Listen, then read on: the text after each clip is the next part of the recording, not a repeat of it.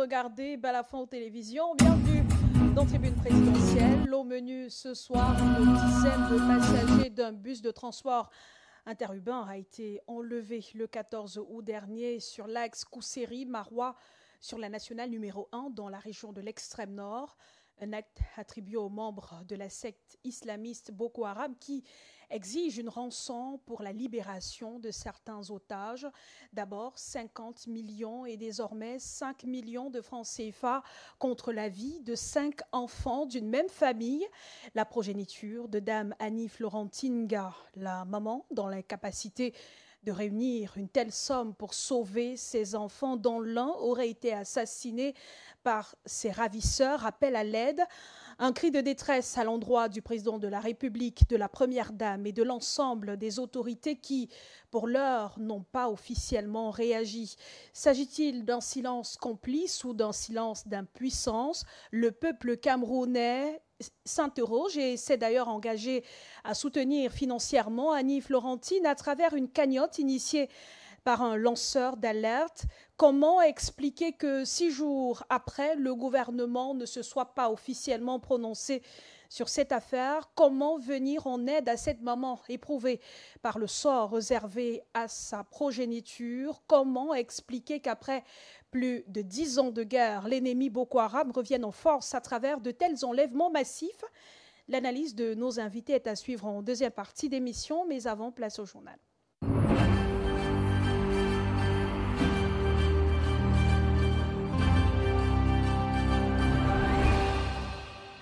Et on ouvre cette session d'information en politique. Le Social Democratic Front attaque le candidat du PURS au Conseil constitutionnel pour utilisation illégale du symbole et de la couleur de son bulletin de vote. Selon le conseiller juridique du SDF, le parti de Serge Espoir Matomba a illégalement utilisé le symbole du point levé qui, selon lui, est une marque déposée du SDF. Les responsables du parti de Joshua aussi soutiennent que cette similitude pourrait induire les électeurs en erreur le jour du vote. D'autres précisions dans cet élément de Fondrelé Marquez. The Constitutional Council will meet again to deliberate on pre-election matters. Among the issues to be discussed will be the petition filed by the Social Democratic Front SDF party against the PURS party for unlawfully using the raised fist symbol on its ballot paper. That the SDF has been using since inception, has been used by a political party, and they have dressed the same. All of them have dressed the same on the same ballot papers. And we think that these are issues that should have been resolved even by ELECAM before we get to the Constitutional Council.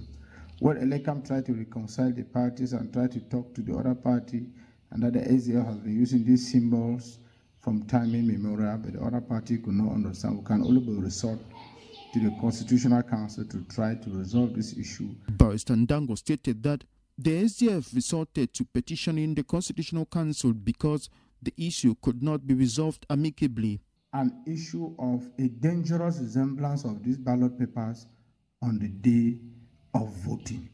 We have symbols of the SDF and that the SDF had used since its inceptions till date.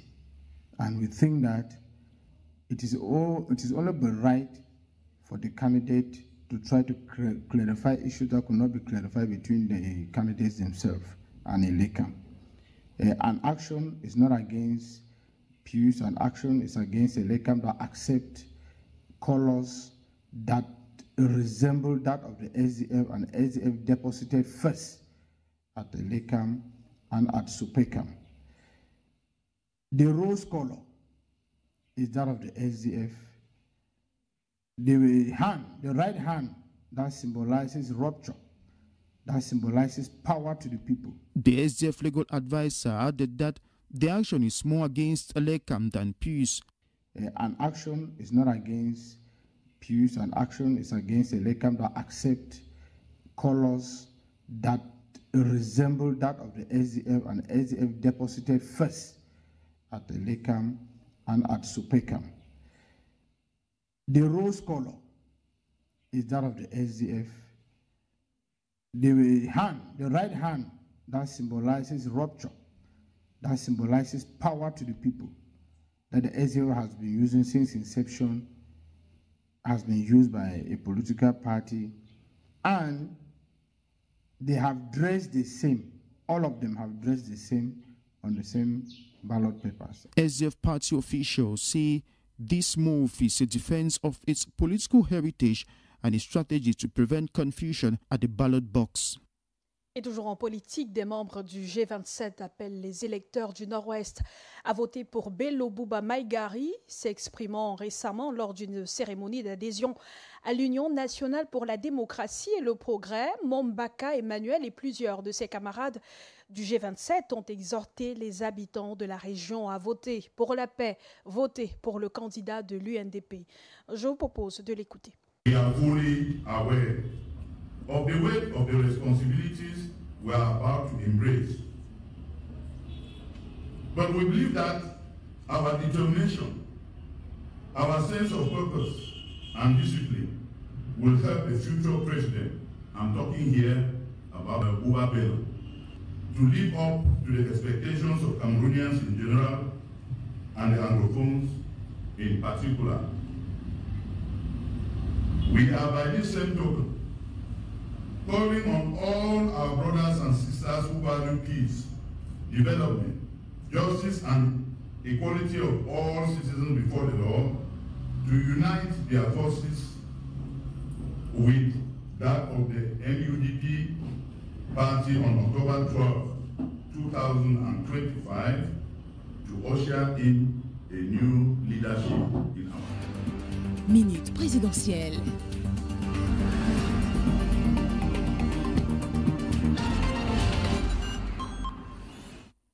Le Cameroun s'avance progressivement vers la plus importante élection de la nation, celle du président de la République. Telle une armée et les partis politiques en pareille circonstance installent tout un centre de commandement à partir duquel toutes les stratégies sont conçues pour la conquête de l'électorat et le financement, entre autres. Roland Tsapi nous en dit plus. Le quartier général, en abrégé QG. Les partis politiques sont allés emprunter au langage militaire pour la circonstance, un peu comme pour se mettre dans la peau des soldats engagés au front.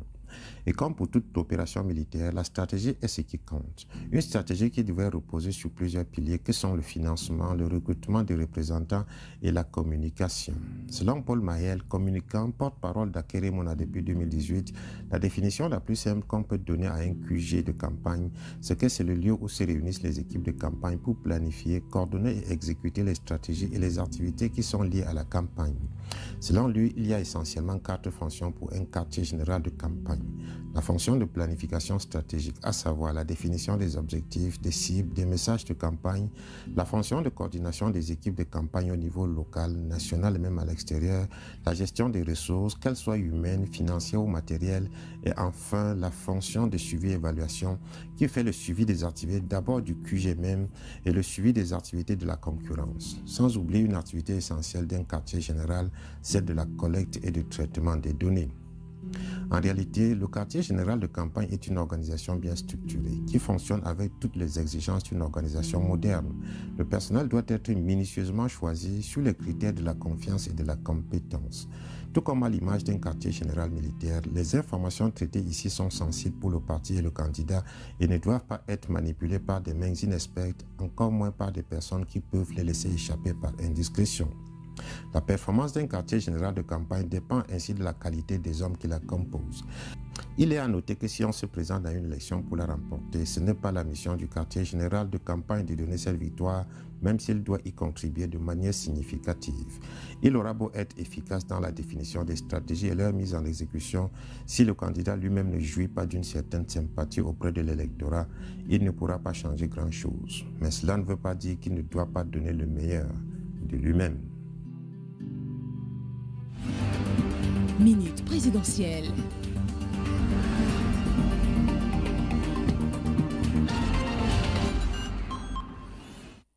Dans la suite du journal, la problématique autour de l'accès à la terre pour un développement inclusif est au cœur d'un atelier de 2 jours organisé à Douala. L'événement, qui couvre les régions du littoral et du sud-ouest, offre une plateforme pour échanger des idées en vue de l'élaboration du document de politique nationale sur le régime foncier et la propriété de l'État au Cameroun.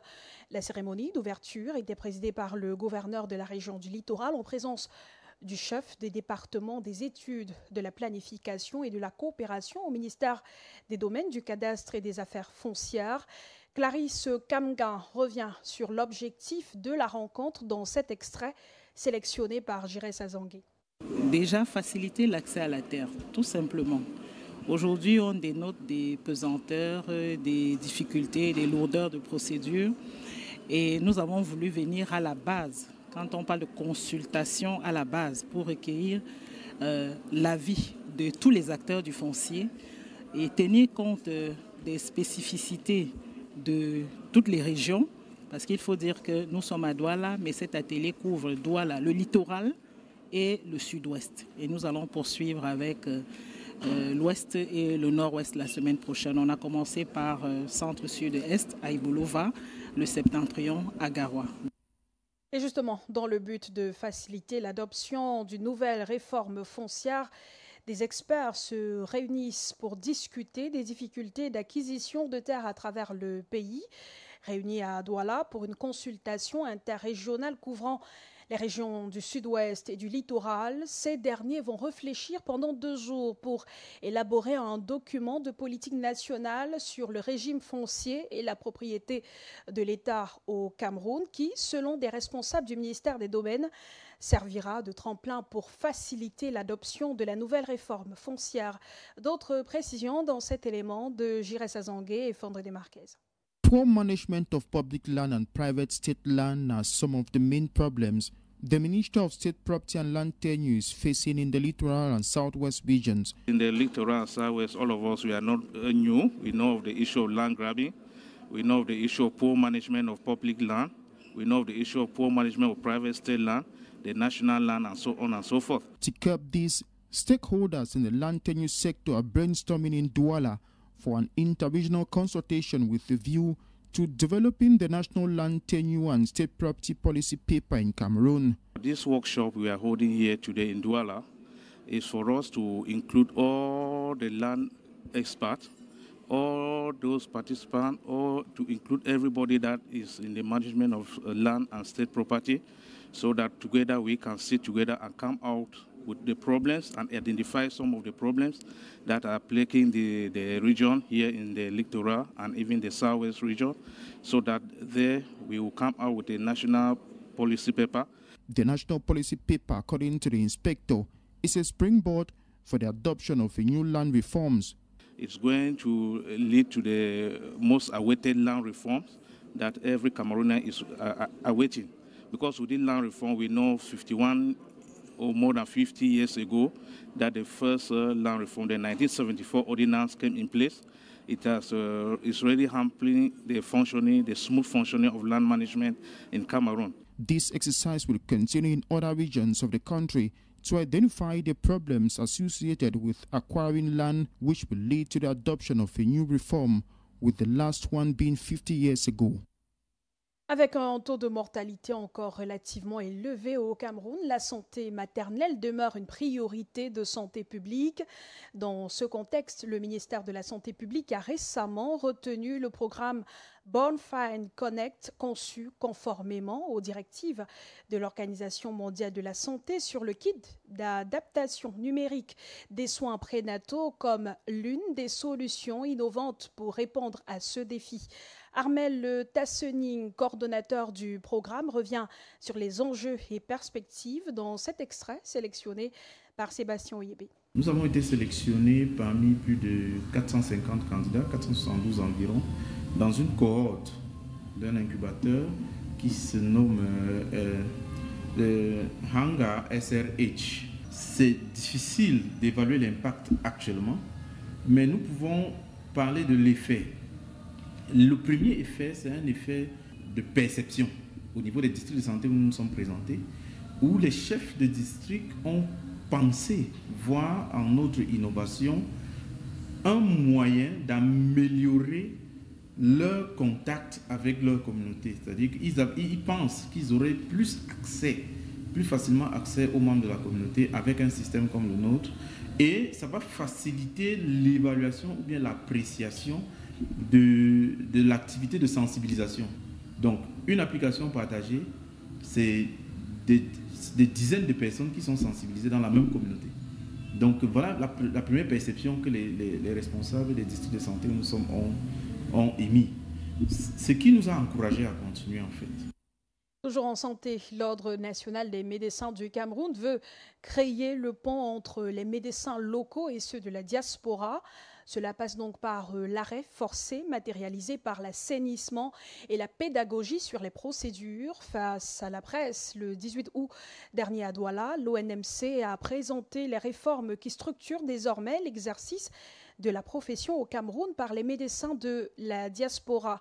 Julien Atada pour les détails. Vous savez qu'il y a des zones où vous pouvez mourir dans un coin, on ne peut même pas vous déplacer. Pour les médecins de la diaspora désireux d'exercer au pays, ils devraient préparer un plan de retour qui commande avant tout l'identification d'une formation sanitaire dans laquelle ils pourraient progressivement ou périodiquement exercer. Quand vous êtes prêt à rentrer définitivement, vous rentrez, vous faites donc une demande à l'ordre qui va donc vous délivrer une autorisation d'exercer en clientèle privée et vous installer.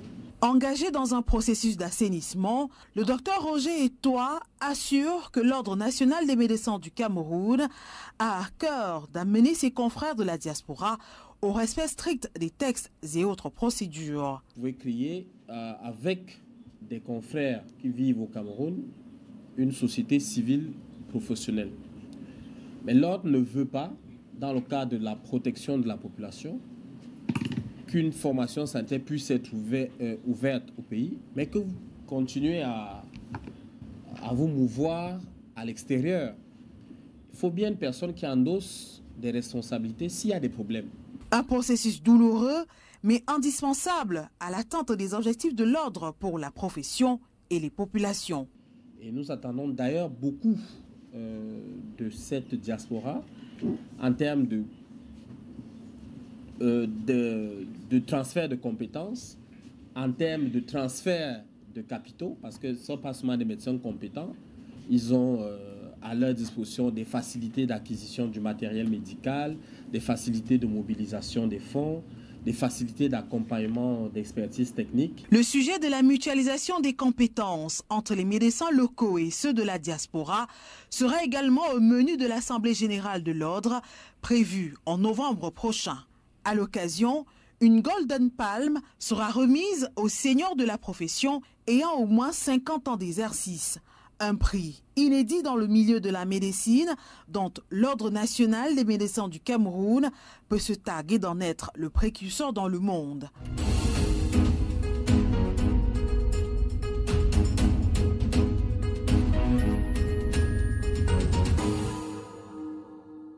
Bienvenue dans la deuxième partie de Tribune présidentielle. Kidnapping de 5 enfants à Zigagé, dans la région de l'extrême nord Cameroun. Pourquoi cette indifférence généralisée à l'égard de cette jeune mère qui souffre en silence, sans nouvelles de sa progéniture depuis plus d'une semaine?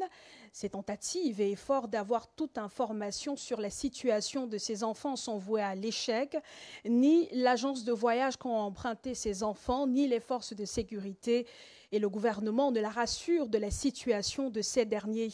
Elle ne sait plus où mettre la tête face à des ravisseurs qui lui exigent une rançon de 5 millions de francs CFA et menacent de tuer ses enfants. Et la surprise autour de ce drame, c'est le silence de la communauté nationale, des autorités et du gouvernement. La lecture de Jean-Paul Chuniat. Les citoyens camerounais, les autorités et le gouvernement de la République seraient-ils tous devenus indifférents et insensibles aux peines et douleurs de leurs semblables en observant le comportement et l'attitude que chacun de ces acteurs affiche à l'égard d'Annie Florentinga, cette mère qui souffre dans son âme et sa chair depuis l'enlèvement de ses enfants il y a plus d'une semaine à bord d'un bus de transport interurbain sur la nationale numéro 1 au lieu d'Izigagé entre Kousséri et Moura. détenus otages aux mains des ravisseurs présentés comme des adeptes de Boko Haram. Ces derniers traumatisent la pauvre mère de 5 enfants, lui exigeant au départ 50 millions de francs CFA de rançon et aujourd'hui 5 millions qu'elle n'a pas pour libérer ses mômes, dont l'aîné a même été abattu de sang-froid de 2 balles à la tête et le corps jeté en brousse, selon le témoignage d'Annie Florentinga. Seulement depuis la survenue de cet événement dramatique, cette mère d'enfant est presque abandonnée à son triste sort, sans la moindre indignation et assistance psychologique dans cette douloureuse épreuve qu'elle traverse. Plongée dans son monde à elle, Annie Florentinga a déjà versé toutes les larmes de son corps. Personne pour l'écouter et partager sa douleur, même pas l'agence de transport touristique Express Voyage, à bord de laquelle ses enfants ont été kidnappés. Dans l'une des agences, où elle s'est même déshabillée pour exprimer les peines d'une mère face à un manque d'informations sur ce qui est arrivé à ses enfants. Pas la moindre main pour essuyer ses larmes. Elle a rassuré que ses enfants seront libérés. Plus tôt, la police a été appelée en renfort pour la dégager des lieux, sous les regards complaisants d'une foule de passants et curieux. Si quelques hommes politiques et acteurs de la société civile ont sporadiquement condamné ce kidnapping et déploré le défaut de mobilisation des autorités pour libérer ces enfants captifs, le silence des femmes et mères d'enfants inquiète, dont en tête les ministres Pauline Irène Guéné des Affaires sociales et la pédiatre Marie-Thérèse Abenaondoa du ministère de la Promotion de la Femme et la Famille. Et à cela, il faut décrier le mutisme assourdissant et ahurissant de tout un gouvernement, dont son porte-parole René-Emmanuel Sadina Dimo, pas plus que l'ont fait les ministres en charge des questions sécuritaires, et encore moins le grand shérif autoproclamé de Paul Biya, Paul Atangandji de l'administration territoriale, pourtant propriétaire de Moulinex, qui devrait normalement écraser tous ces preneurs d'otages qui pullulent sur le long d'une route en total état de délabrement très avancé. Que faut-il au gouvernement de Paul Biya pour mobiliser les moyens d'État et s'impliquer dans la libération des enfants d'Annie Florentinga, comme il l'a fait en 2013 pour des expatriés capturés à l'époque et même reçus au palais de l'Unité par le chef de l'État? Qu'arrive-t-il donc aux Camerounais pour manifester pareille indifférence qui choque face à une femme bouleversée sans suivi psychologique depuis plus d'une semaine après l'enlèvement de ses enfants à l'extrême nord Cameroun? Qu'ont donc fait ces enfants pour mériter un tel sort, dont le seul péché serait de s'être retrouvés au mauvais endroit au mauvais moment pour des âmes innocentes qui ne demandent qu'à se mouvoir dans un pays sécurisé? La jeune mère, Annie Florentinga, traverse cette douloureuse épreuve, entourée juste de quelques membres de sa famille. Pourtant, sa situation interpelle tous les dirigeants et la communauté nationale. Et on en parle justement ce soir avec nos invités. Bienvenue une fois de plus à ceux qui nous rejoignent à l'instant. Bienvenue dans la deuxième partie de Tribune présidentielle. Nous sommes en direct sur Balafon Télévision et sur Radio Balafon. Docteur Niamsi Poudi représente le PURS ce soir. Bonsoir docteur, merci d'avoir accepté notre invitation.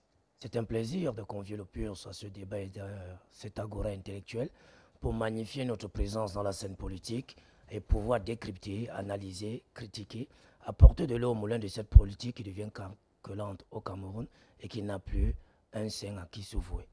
Gabriel Ngomsi est du SDF, Social Democratic Front. Bonsoir, merci d'être avec nous. Bonsoir, bonsoir à tous les panélistes, bonsoir à tous les millions de téléspectateurs. C'est un plaisir pour moi d'être là ce jour. Je voudrais signaler qu'en réalité, le Cameroun est en guerre, pas seulement contre les armes, mais contre l'indifférence, contre la pauvreté et contre l'injustice. Et cette guerre, il faut le dire clair, l'État l'a perdue. Je viens ici ce soir, pas pour dénoncer, mais pour proposer. Vous aurez l'occasion de faire vos propositions tout à l'heure. Professeur Maurice Somo est également avec nous, psychosociologue. Bonsoir professeur, merci d'avoir accepté notre invitation. Bonsoir madame. Alex Gustave Azébazé, senior journaliste et défenseur des droits humains. Bonsoir. Merci d'avoir accepté notre invitation. Bienvenue. C'est moi. Bonsoir Claude. Bonsoir mes distingués co-panélistes. La situation de Annie Florentinga nous préoccupe. Ses enfants ont été kidnappés depuis le 14 août dernier. Ça fait 6 jours. Aucune communication officielle, aucun mot venant du gouvernement, aucune sortie du président de la République, de la première dame, des membres du gouvernement que cette mère en détresse a interpellé.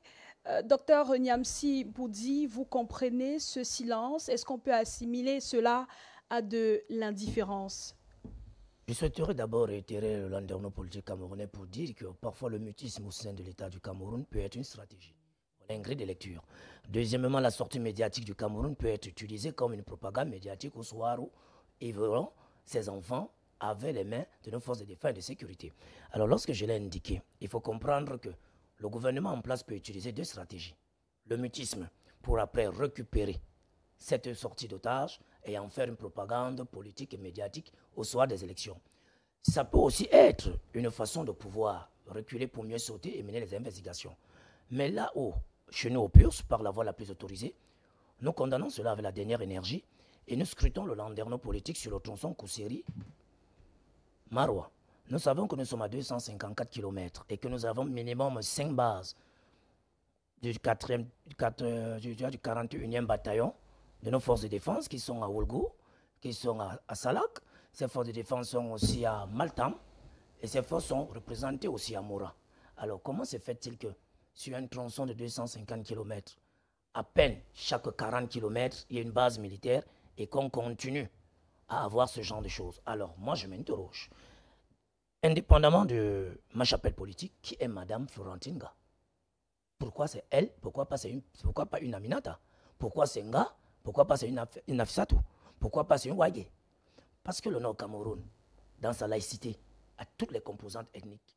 Pourquoi Florentinga? C'est la question qu'on devrait se poser et regarder de l'autre côté du rétroviseur de l'histoire et poser la question à l'État. Est-ce que le mutisme est une stratégie politique? Est-ce que le mutisme n'est pas démontré aux Camerounais qu'on va utiliser la récupération de ces enfants pour en faire une propagande médiatique? Alex Gustave, on peut considérer ce mutisme comme une stratégie politique? N'est-ce pas plutôt une stratégie pour collecter le maximum d'informations et prendre la parole pour dire quelque chose de raisonnable, ne serait-ce que pour calmer la population? D'abord, je voudrais dire en tant que parent, j'exprime ma solidarité à l'endroit de la famille de ces jeunes compatriotes, de ces enfants. C'est le terme que vous avez utilisé, la presse, les médias, les réseaux sociaux. Deuxièmement, je voudrais dire que il est toujours difficile de commenter ou d'analyser une situation dans laquelle qui met au cœur de l'émotion, j'allais dire populaire, mais je préfère dire public, des êtres humains, a fortiori les plus vulnérables d'entre nous. Parce que les tout petits, quel que soit leur âge, on m'a dit que le plus âgé des 5 enfants, des 5 jeunes gens qui sont maintenus otages, ou bien qui sont, je préfère utiliser le terme, qui sont gardés quelque part par des gens dont on ne connaît pas l'identité. Parce que je vous ai entendu parler de Boko Haram. Je ne sais pas où vous avez eu l'information que c'est la nébuleuse terroriste Boko Haram qui les a enlevés. À ma connaissance, aucune organisation n'a revendiqué cet enlèvement jusqu'à ce que avant que j'entre dans ce studio. C'est la première chose. Et en tant que journaliste, pour moi, c'est important. Quand on veut attribuer, nous devons éviter de reprendre le discours comment je l'ai dit, je ne vais pas dire de la rue, parce que ça va faire savant ou supérieur, non, condescendant, non.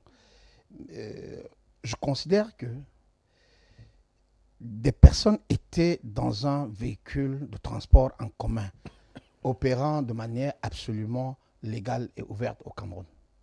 Je ne vais pas citer le nom de la compagnie de transport ici.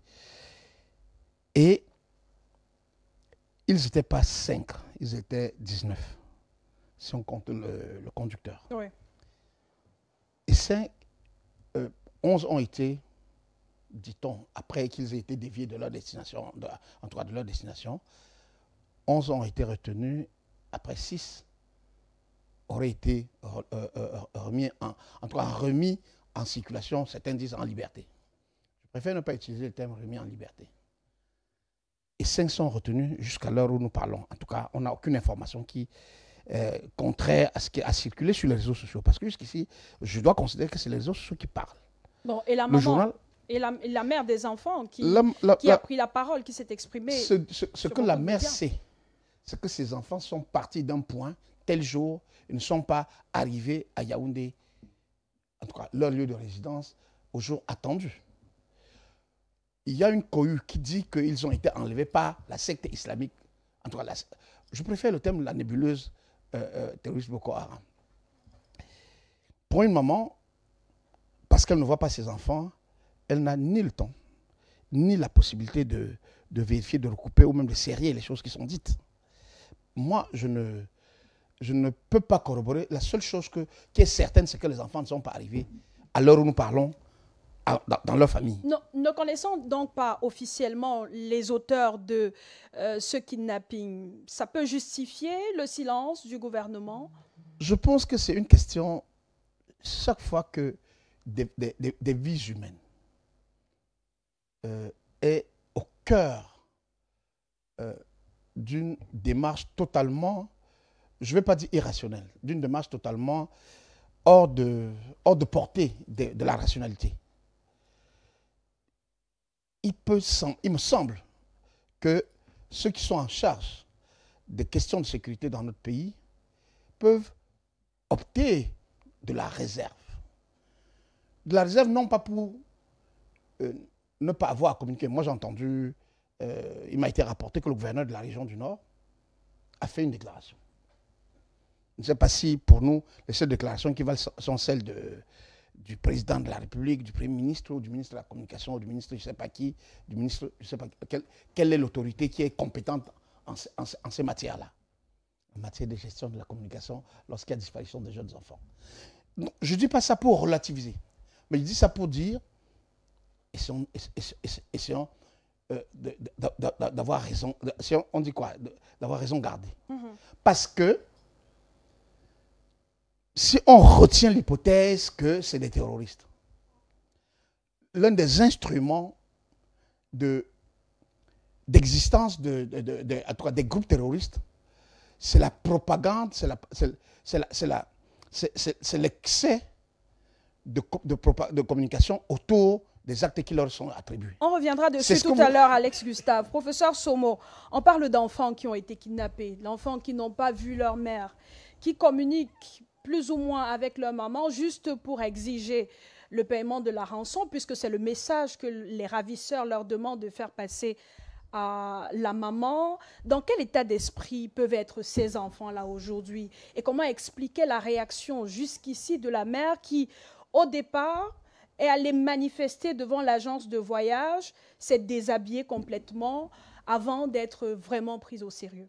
D'accord. D'entrée de jeu, je partage avec les autres panélistes la douleur de cette famille.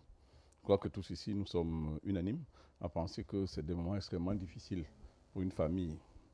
Et c'est des moments extrêmement difficiles pour un pays tout entier, où tout de suite, chacun de nous, en sortant de cette émission, pense qu'il peut être kidnappé.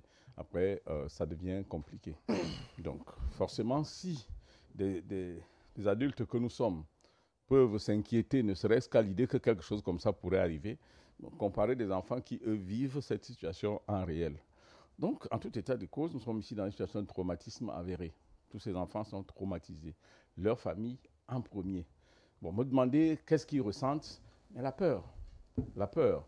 Parce que ce qu'ils ont vu, ce qu'ils ont regardé à travers la télé, parfois des choses qu'ils ne s'imaginaient pas leur arrivent. Il y en a qui, parmi eux, ne comprennent même pas en réalité ce qui est en train de se passer. Sauf que quand vous avez des gens, des inconnus autour de vous qui vous menacent, ils sont en train de vivre un cauchemar. Et le cauchemar ne s'arrêtera que lorsque eux, ils seront libérés. Parfois, les enfants, moins conscients que les parents, peuvent, à un moment donné, vivre moins douloureusement cette situation du fait qu'ils n'ont pas d'informations sur ce qu'à tout moment, la vie peut leur être ôtée. Ils croient que c'est la menace. Il y en a qui pourront vous dire, les plus jeunes vont même penser que c'est un jeu et que ce jeu ira à la fin. Les plus mûrs, plus matures, eux sont beaucoup plus apeurés parce que, ayant déjà entendu parler des choses pareilles, ils savent que le pire peut arriver. Donc, ce que je voudrais vous dire, c'est qu'en fait, le problème de la communication que vous posez, cette communication peut-il avoir un impact sur la douleur psychologique et mentale des personnes concernées en premier lieu par l'événement? Voilà, à mon sens, la problématique qui est celle des pouvoirs publics. Faut-il communiquer au risque de dramatiser une situation qui n'a pas une fin déjà démontrée, ou alors faut-il garder le mutisme qui peut aussi démontrer qu'ils sont délaissés, ou alors on peut poser la question autrement. En communiquant, est-ce que les pouvoirs publics ont plus de chances de sortir la famille vivante de cette situation? Il y a des questions qu'on devrait se poser et qui tournent autour de quelle est la meilleure attitude qu'il faut adopter face à une situation comme celle-là. Justement, dans un contexte comme celui-ci, on communique ou on ne communique pas?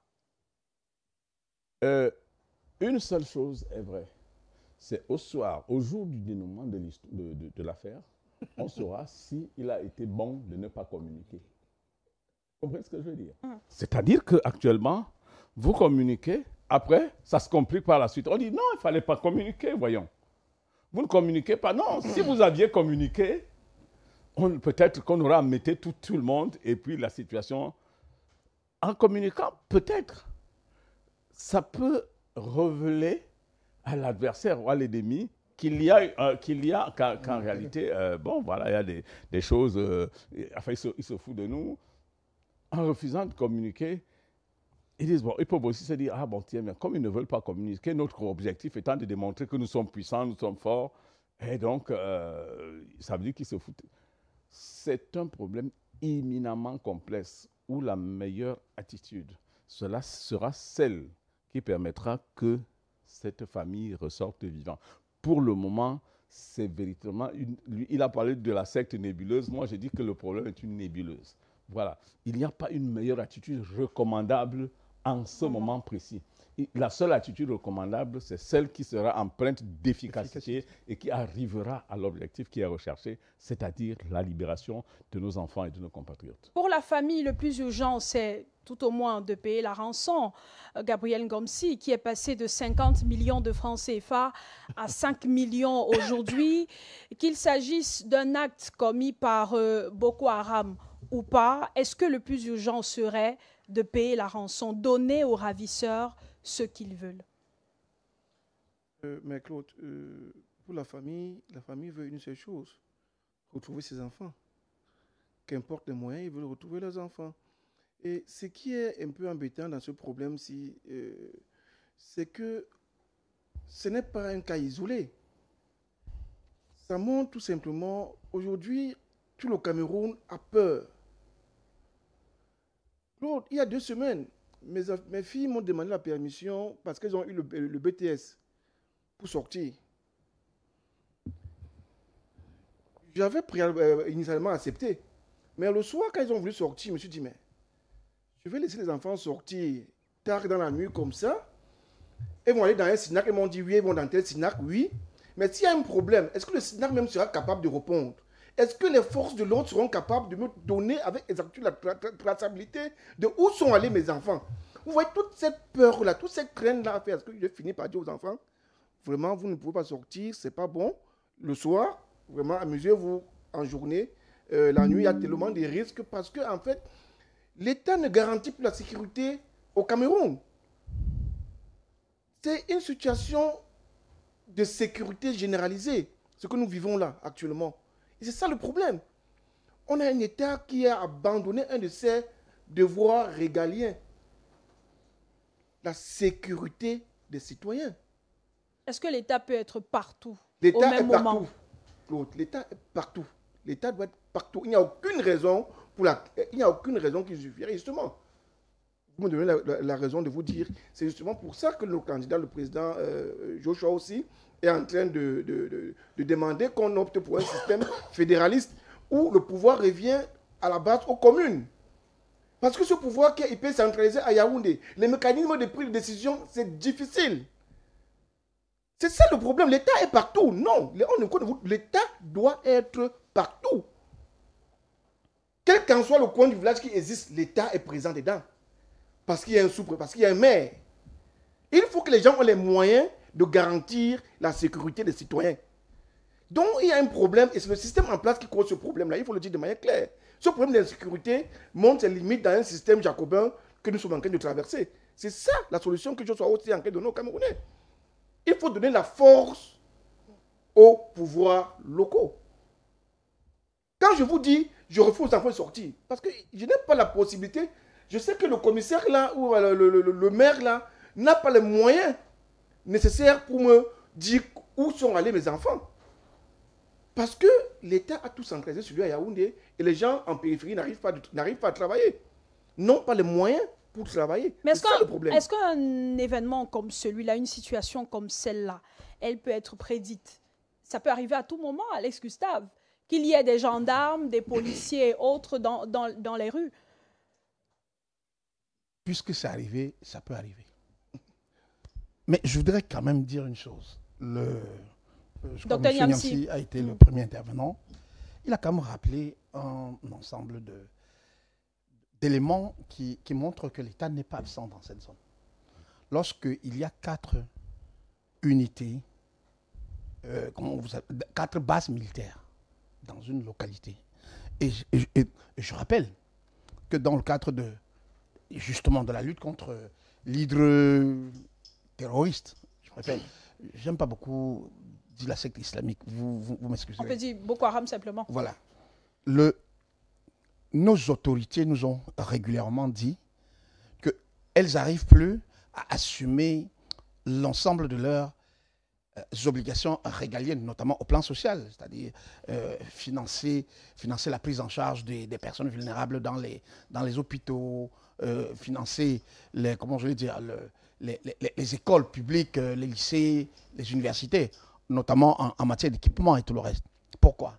Parce que l'essentiel des ressources budgétaires de l'État est utilisé pour lutter contre l'insécurité qu'il y a dans 2 ou 3, dans 3 régions, 3 ou 4 régions principales de notre pays. 5.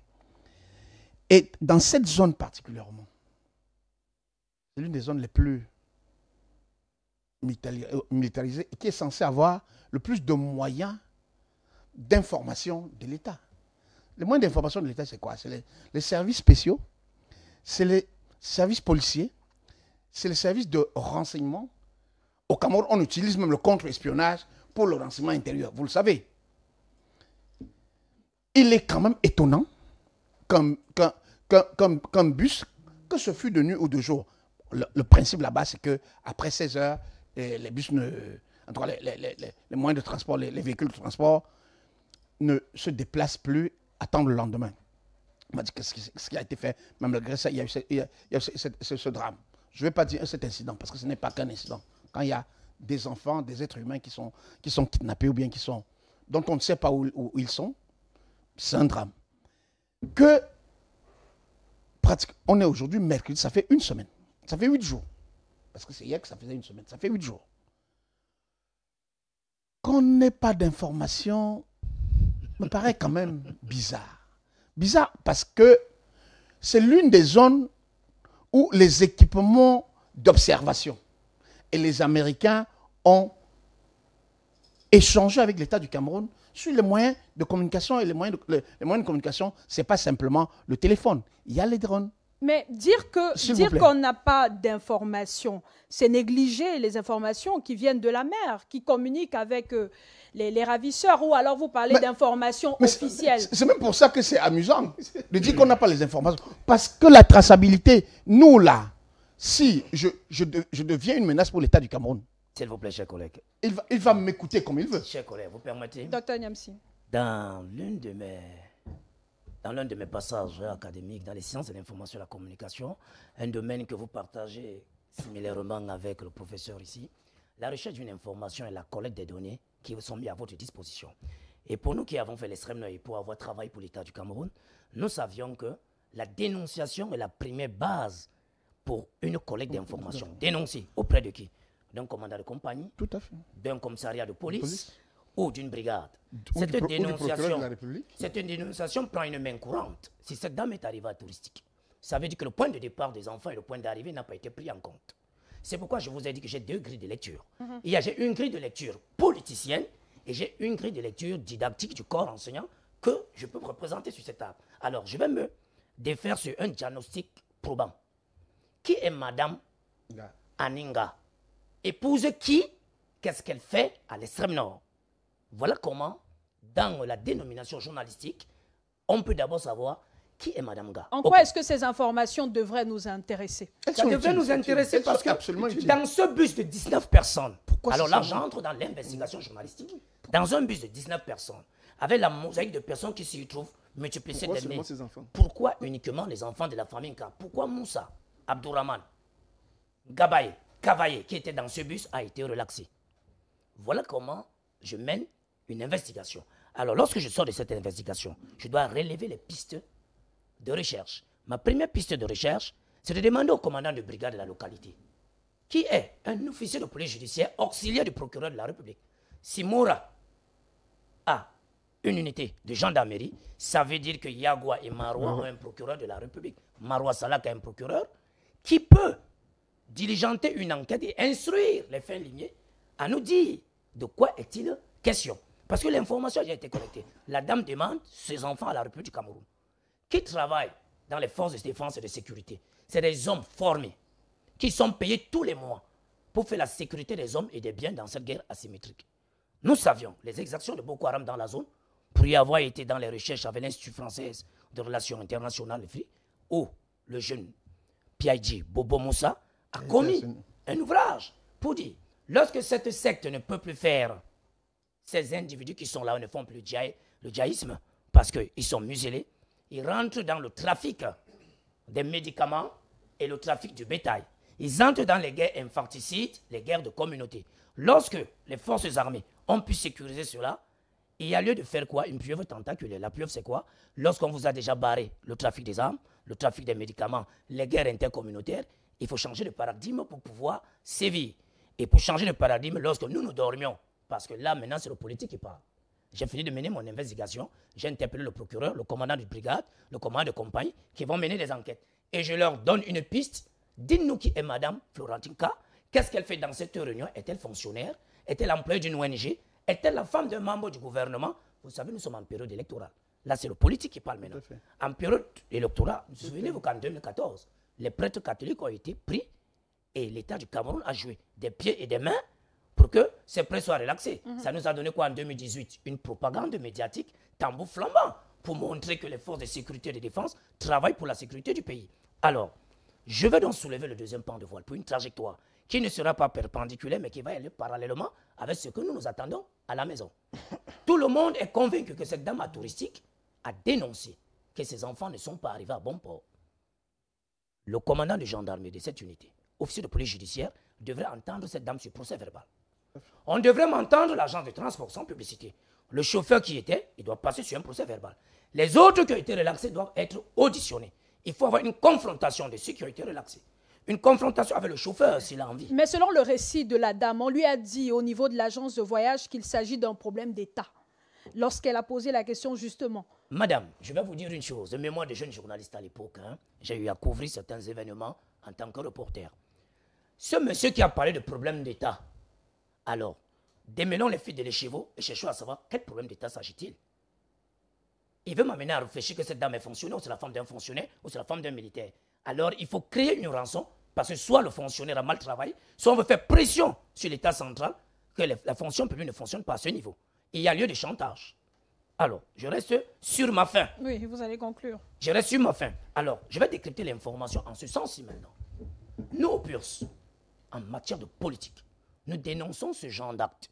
Et nous ne voulions pas que la rançon qui sera donnée par le gouvernement ou par les élites de la région soit utilisée comme un instrument politique pour pouvoir raffermer les cœurs plaintifs, les amours brisés, et pour éoler cela comme c'était un trophée de guerre.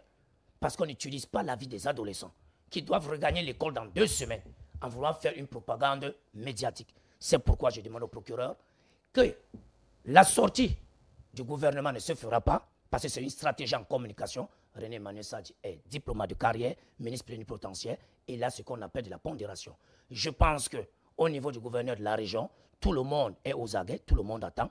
Personne ne veut aller en dents de scie ou en vase perturbé. Mais une chose est claire, nous voulions que le commandant de cette unité de gendarmerie en charge de la circonscription où ces enfants ont été enlevés nous produise un rapport en bonne et due forme pour que les Camerounais soient éclairés. Merci, Dr Niamsi. Professeur Somo, s'il faut tenir compte du point de vue de Dr Niamsi, voir cela comme une stratégie politique, parce qu'on est à quelques semaines de l'élection présidentielle. Est-ce que ce ne serait pas une mauvaise stratégie? Quand vous vous rappelez que quand vous m'avez invité à cette émission, je vous ai dit que si vous ne voulez pas parler de politique. Si c'est politique, j'avoue, je n'ai pas envie de me retrouver sur un plateau pour parler de politique. Je suis là tout de suite embarrassé, tout simplement parce que je vais prendre un cas de figure simple. On vous apprend que nous sommes une famille. Hein? On nous apprend là tout de suite qu'un de nos enfants vient de tomber dans un puits. Qu'est-ce que nous faisons? Nous accourons tous vers le puits. On se mobilise, on sort l'enfant du puits. Une fois que l'enfant est hors du puits, on cherche à savoir qu'est-ce qui s'est passé. Toi, qu'est-ce que tu as fait pour que l'enfant tombe dans le puits? On va chercher la maman, on va chercher tout le monde autour.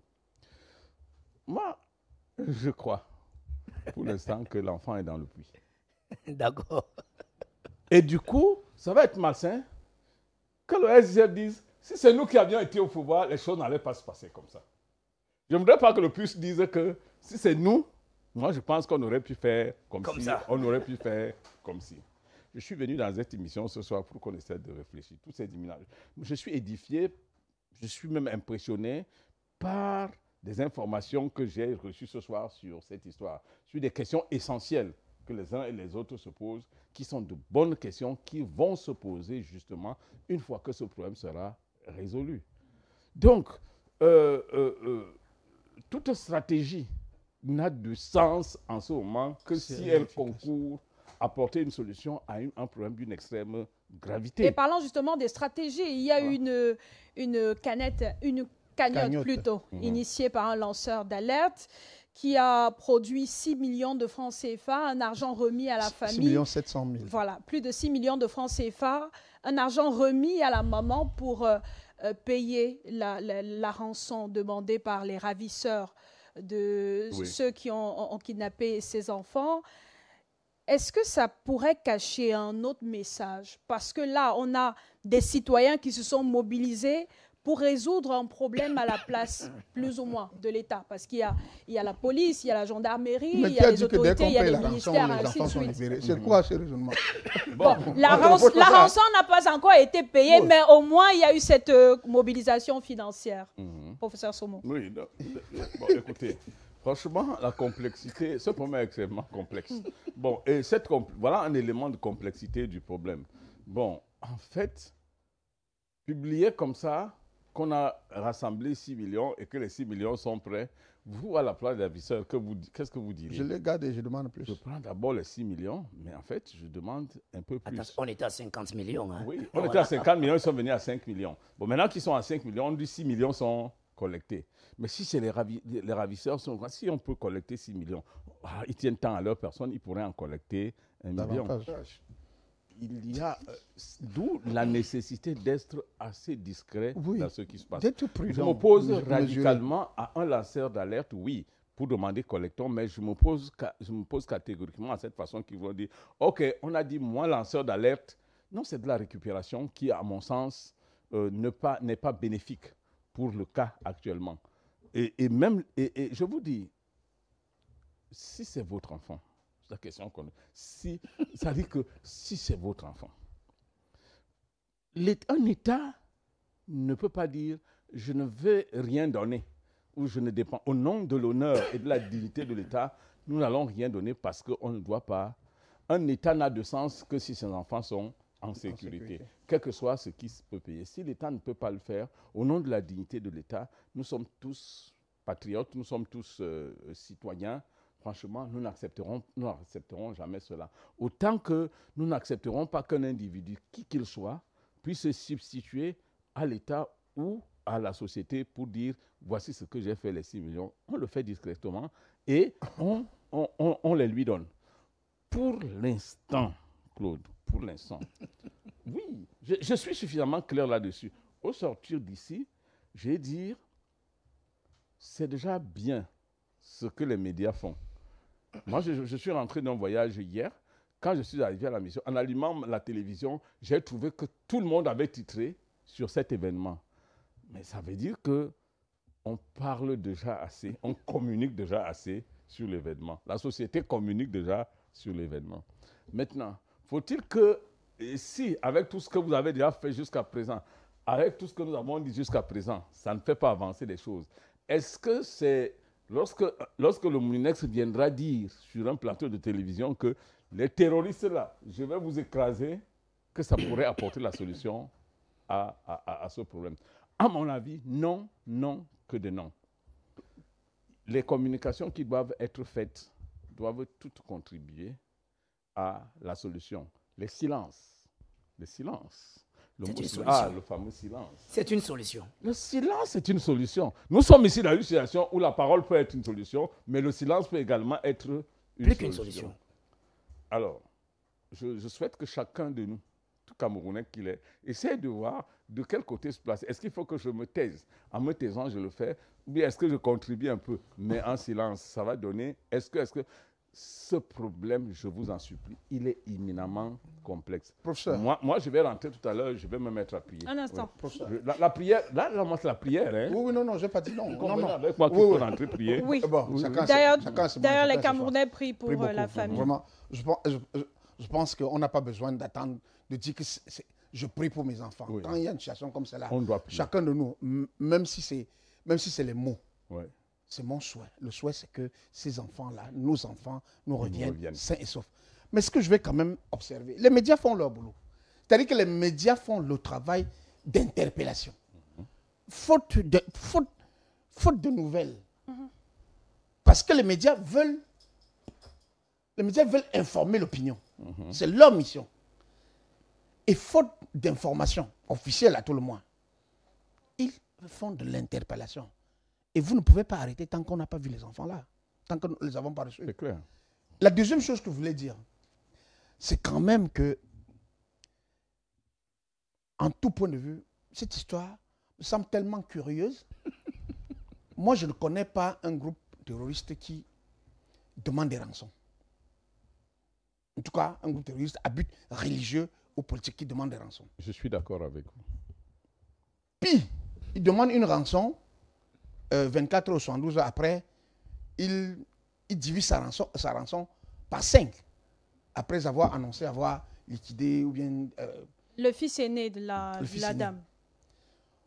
Je crois il faut avoir de la mesure dans ce que nous allons dire autour de cette affaire. Justement, c'est la question que je voulais adresser à Gabriel Ngomsi, puisque au départ, on parlait de 50 millions de francs CFA. Selon le récit de la maman, on lui demande désormais 5 millions de francs CFA, un montant qui lui a été demandé à la suite de l'assassinat de son fils aîné. C'est un récit des enfants qui ont discuté avec la mère, qui ont dit qu'on a abattu leur frère aîné devant eux, qu'il a reçu 2 balles à la tête. Ça reste le récit de la maman, on n'en sait pas plus. Est-ce que passer de 50 millions à 5 millions, ça n'amène pas déjà à s'interroger sur le sérieux même, soit des ravisseurs, soit de cette affaire, sans toutefois vouloir la banaliser? Je vais avoir peur de prendre des positions qui vont être calquées des positions politiques ou politiciennes. Parce que, oui, vous voyez... Il va mieux éviter ça. Ce n'est pas moi qui le fais souffrir. Vous voyez, on arrive à une situation où on n'est pas en droit d'interroger l'État. Non, si parce qu'on va vous dire, oui, parce qu'on va vous dire que ce qui intéresse ici, c'est qu'on a l'enfant dans le puits, il faut retirer l'enfant dans le puits. Non! L'interpellation doit être générale. Comment est-ce que le puits se retrouve? Est-ce que le puits est un élément qui met la vie des enfants en danger? Qui est responsable de ce puits? Ça pose un problème fondamental. Si ça contribue à la solution. Oui. Est-ce que ça contribue Est-ce que ça contribue à la solution? Parce que ce que je veux dire, c'est que l'État, on a dit, ce problème est un peu, je pense qu'on est dans... Parce que lorsque j'ai vu Dr Niamsi vouloir nuancer en disant qu'il peut y avoir récupération politique, j'ai eu fort d'eau. Avec des enfants jusqu'à ce point. Mais ils s'en sont capables. Avec des enfants jusqu'à ce point. J'assume ma position. Vraiment, je ne veux pas penser à ça. Je ne veux même pas imaginer un tel spectacle. Mais je suis convaincu, je reste convaincu qu'il n'y a pas de raison qu'à une semaine, à 8 jours, de la rentrée scolaire, 8 jours de l'enlèvement de ces enfants, que l'État qui est responsable ne puisse nous dire, nous donner des éléments, des réponses. Parce que cette maman attend des réponses. Bon, maintenant, tel que vous orientez le débat, elle peut être dans le complot. Tel que vous orientez, elle peut être même dans le complot. C'est le rôle de l'État. Ça reste des hypothèses. Ça reste des hypothèses en même temps. Nous ne l'accusons pas. 30 secondes de son temps, après, quitte à ce qu'il prenne le reste de mon temps. Allez-y. Voilà. 30 secondes. Il sera inspiré maintenant. Mais lui, il a posé une question depuis le début. Qui est Madame Nantou? Mettons au professeur Somo. Si maintenant, bon, voilà, ça fait 8 jours. Ça commence à être long. Tout le monde dit, ça commence à être long. Alors, que faut-il faire si, après 20 jours, on peut résoudre le problème? Mais, si on veut le résoudre en 3 jours, les enfants courent un risque important. Parce que peut-être on précipite. Pour ceux qui ont regardé le film Reste sur NTB comme moi, il faut savoir de quoi je parle. Que faut-il faire? Est-ce que le délai peut être un des éléments qui doit être mis sur la table, ou alors le délai, lui, il n'est pas important. L'essentiel, c'est qu'on aille vers la libération des enfants, quitte à ce que ça prenne 6 mois. Mais le temps passe. Au bout de 5-6 jours, la dame dit que son fils aîné a été tué. Si on va à 20 jours, peut-être 2 autres seront assassinés par les ravisseurs. Qui sait? Claude. Gabriel Gomsi avait la parole. Permettons. Nous retiendrons ce soir sur ce plateau de télévision une chose. Vous avez mon numéro, vous leur passerez mon numéro. Ouais. Le numéro de qui est terroriste? Le mien. Et je vous dirai que le jour de la libération... Ou des kidnappeurs? Des kidnappeurs. Ouais. Non, pas des kidnappeurs, j'ai dit le mien. J'ai dit, ce jour-là, vous m'appellerez pour dire que cet enfant n'a pas été tué et que c'est un moyen de pression utilisé par les terroristes, si c'était le cas. Ça, c'est possible. Qui parle. Donc, nous ne paniquons pas. Oui. Nous ne paniquons pas. Face à des formes de pression diverses. Le temps. L'espace. Je vous parle de Reste sur NTB. Évidemment. Ah bon. Vous peut-être, vous n'avez pas vu. Mais non, je sais pas, on a suivi. Ouais. L'opération israélienne qui... On a tué un. On dit, alors qu'est-ce qu'on fait vite? Et gens, après, finalement, on a tué personne. Permettons à Gabriel Gomsi de poursuivre. Je suis très flatté avec l'imaginaire du Reste NTB. Mais sauf qu'il y a aussi, à côté du Reste NTB, il y a aussi Jack Bauer. Oui. Où en 24 heures chrono, on sauve l'enfant. Ah, on est dans ce film-là? Je ne sais pas, je vous montre les deux alternatives. Vous parlez d'un film, moi je vous parle de la réalité. Reste sur NTB, c'est la réalité aussi, c'est la réalité. Hein? Ce qu'il faut dire, c'est que vraiment, cette situation est très, très embarrassante. Mais je continue à lui redire, c'est la conséquence d'une insécurité généralisée. Vous n'allez pas refuser qu'on parle de ça. Il y a insécurité généralisée au Cameroun. Les Camerounais ne sont pas libres de circuler. Quand ça arrive, vous ne pouvez m'empêcher, moi, d'interroger quel est donc le rôle de l'État dans un pays. Nous allons nous poser ça. C'est primordial. Non, quand on va libérer l'enfant, nous allons nous poser ces questions. Je me pose la question avant qu'on libère cet enfant. Parce que cet enfant n'est pas le premier cas. Est-ce que ça contribue ce n'est à pas libérer l'enfant? Ce n'est pas le premier cas qui arrive dans la société camerounaise. Non. Il y a plusieurs cas d'exaction terroristes qu'on a connus avant le cas de Mme Ga. Il y a plusieurs cas. Donc, il est important de s'interroger sur la responsabilité de l'État. Maintenant, je suis d'accord avec vous que c'est peut-être vrai, le plus important pour tout le monde, et surtout pour cette maman, c'est qu'elle retrouve ses enfants sains et saufs. Aucune famille ne peut survivre à un tel drame. Je ne voudrais pas penser une seule seconde qu'il s'agit d'un film où la maman joue un rôle. Vraiment, je ne voudrais même pas penser une seule seconde à ce genre de spectacle-là. Non, il ne joue pas un rôle. Je vous en prie. Bon, il dit qu'il ne veut pas y penser. Je ne veux même pas y penser.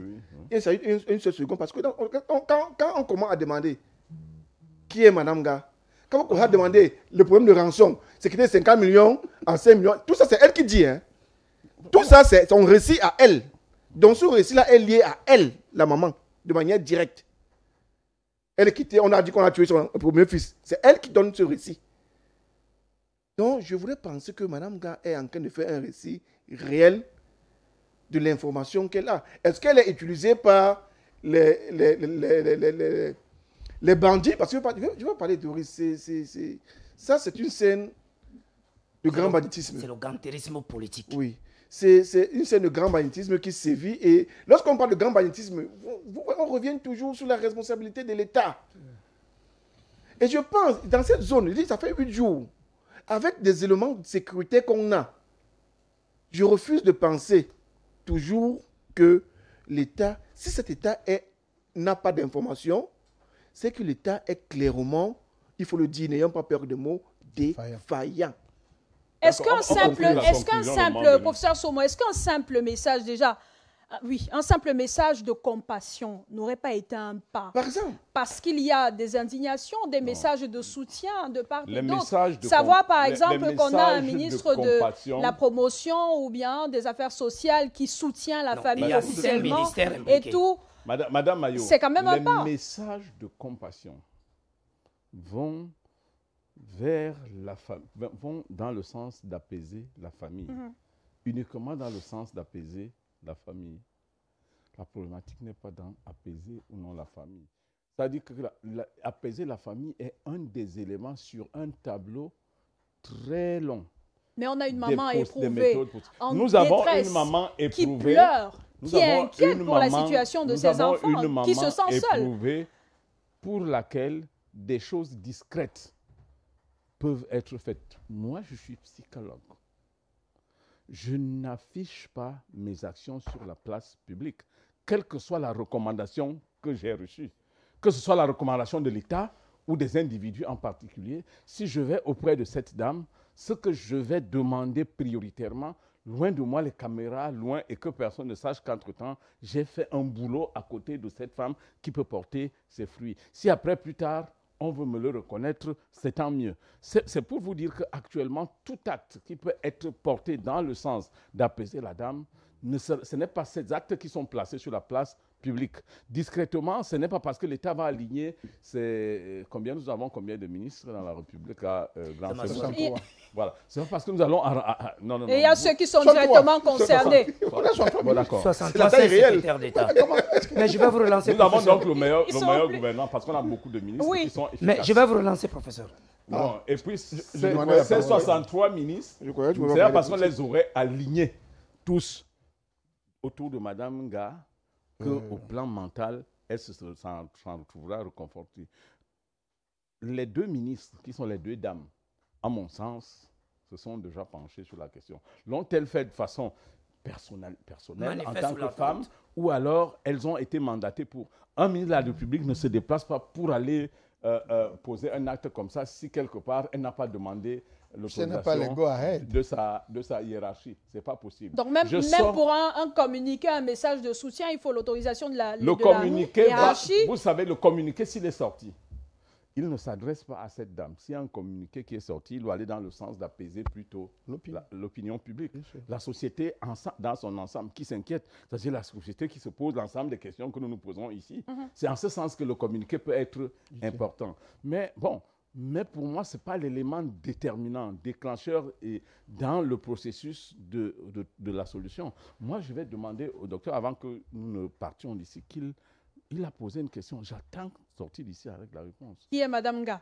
Très bien. Mais vous avez eu la même lecture que moi. Moi, j'ai l'impression que derrière la réponse, qui est Mme Nga, se trouve ou se trouverait une approche de solution ou une meilleure compréhension de ce problème. Moi, j'attends ici. Après, peut-être, on aura... Vous permettez... Le docteur Niamsi voulait réagir avant vous. Monsieur le journaliste. Vous permettez, monsieur le journaliste.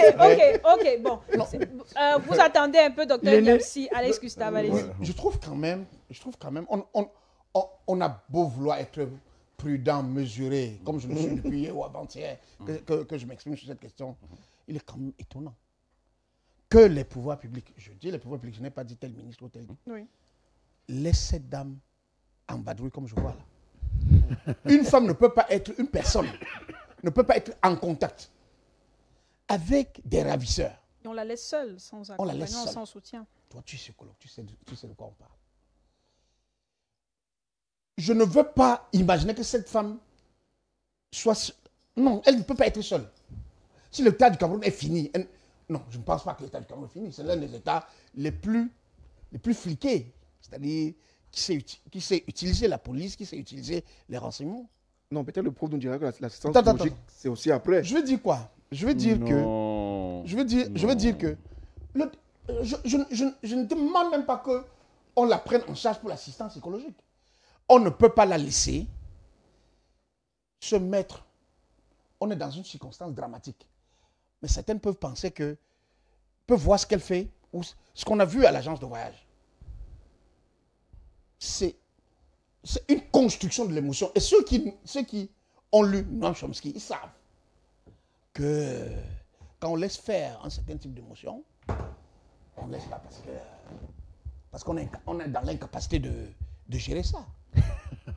Dans l'état complice. Cher René. Docteur Niamsi. Cher René. Docteur Niamsi, allez-y. Cher René, je vais vous dire une chose. Moi, j'ai travaillé dans l'extrême nord du Cameroun. J'ai occupé un poste de responsabilité. Cette dame, elle n'est pas à l'extrême nord, elle est à Yaoundé. Permettez-moi. C'est les enfants qui... Bon, mais ces enfants viennent de Kousser. Oui. C'est ce que je suis en train de vous dire. Je vous ai posé une question tout à l'heure. Qui est Madame Nga? Qui est Madame Florentine Nga? Et cette question, je la pose aux téléspectateurs. Je n'y répondrai pas. Mayo, envoyez votre correspondant de Yaoundé demain. Faites l'enquête de personnalité. Maintenant, qui est Madame Nga? On en parle. Qui est Madame Quelqu'un parle. Florentine Nga? Qui a me dit que les enfants là sont ses enfants? S'il vous plaît, cher René. Ah, ça c'est grave. Et le papa est où? C'est pourquoi je suis en train de vous dire. Non, Elle peut être une mère célibataire, Alex Gustave. En plus, le papa. Les 5 enfants, je blague. J'avais encore la parole. Permettons au docteur Niamsi de poursuivre. Nous qui sommes des hommes politiques, les acteurs de la scène politique, nous ne pouvions pas parfois être très aisés lorsque nous débattons avec des personnes qui ont des positions tranchées, beaucoup plus républicaines et éducationnelles. Alors j'interpelle 5 ministères, le ministère de la Défense. J'interpelle 5 ministères dans ce problème. 5 ministères. Le ministère de la Défense, qui a un droit de regard, et son secrétaire d'État sur où sont allés les enfants de Mme Florentine Nga. J'interpelle le ministère de la Promotion de la Famille, parce que la femme est au cœur de ce grand ministère qu'on a dévolu dans un climat d'implémentation. La femme et la famille, le MINPROF. J'appelle les affaires sociales, parce qu'il y a des enfants mineurs. Et j'appelle le ministère de la Jeunesse et de l'Éducation civique, qui est un ministère qui doit dire que les enfants mineurs doivent être accompagnés pendant leur voyage. Ça fait 4. J'arrive. Oui. J'ai déjà donné 4. Oui, le 5e. J'ai ajouté le secrétaire d'État à la Défense, qui n'est pas un ministère. Ça fait 5. Ça fait 5. Alors, qu'est-ce que des enfants mineurs non accompagnés? Pourquoi tu laisses le MINAT? Je vais arriver au MINAT. Je vais arriver au MINAT. Alors, la déléguée régionale de l'extrême nord du MINPROF, quel a été son sens pour arriver à comprendre le problème? Les affaires sociales ont une délégation régionale à l'extrême nord. Le gouverneur de la région, qui représente l'État central, et le MINAT. Voilà des hommes qui doivent être autour d'une table ronde pour donner ce que j'aurais appelé un procès verbal auprès du ministre en charge de la communication au Cameroun pour qu'il sorte de son mutisme. Maintenant, ça c'est l'homme didactique éducationnel. Et j'interroge Sigmund Freud dans la psychanalyse des malades. Si nous mettons Madame Nga comme un malade dans un diagnostic, nous saurons beaucoup de choses. C'est pourquoi ce monsieur, le professeur ici, ne dira pas des choses parce que c'est des secrets cliniques médicaux. Vous ne m'en démentirez pas. Maintenant, je rentre dans la posture de l'homme politique que je suis, qui doit se départir d'une analyse. Loin sans faute de pouvoir avoir les émotions, bien que j'ai déjà eu à condamner ce que ces ravisseurs ont fait. Oui. Maintenant, j'entre dans la politique. Je dis, pourquoi est-ce qu'on pourrait me servir ce genre de choses à 1 mois et demi d'une échéance électorale? Maintenant, j'entre dans le patronyme des noms. Qui sont ces 6 qu'on a libérés? Le chauffeur a-t-il été tué ou le convoyeur? Il y a quelque chose dedans dans l'enquête préliminaire que peut-être on viendra nous dire. Mais je reste serein dans mes bottes en tant que Camerounais, citoyen camerounais, homme d'État, qui respecte les lois de la République. Il faudrait qu'on nous dise qui est Madame K, épouse qui sont ses enfants. À partir de là, moi, l'homme politique ici, je vous répondrai, parce que nous aussi, dans l'opposition, nous faisons le contrôle de l'action gouvernementale, on vous dira de quoi il est. Pour poser cette question, vous connaissez sûrement ce qu'il y a Non. Aidez-nous. Moi, je voudrais sortir ici. Moi, je suis naïf. Je ne pense pas. Je suis un homme naïf, un type naïf. Je suis sur un plateau. Il dit que ce sont les lectures du politicien et de l'universitaire. Ce sont les deux politiques. Vous avez interpellé 5 ministères. Est-ce qu'on ne peut pas y ajouter les ministères de l'Habitat, le ministère des Travaux publics? Parce que dans le récit de cette dame, on dit que les ravisseurs ont utilisé ou alors ont saisi l'opportunité du mauvais état de la route de l'axe Kousséri-Marois pour stopper le véhicule et enlever le ministère de la Justice également, il faut l'interpeller. Et enlever ces enfants-là. Des télécommunications qui n'a pas appelé. L'antique fait quoi? Gabriel, est-ce qu'on devrait aussi penser à ces ministères-là dans ces multiples questionnements? Il ne faut surtout pas relativiser ce que vous venez de dire. C'est capital.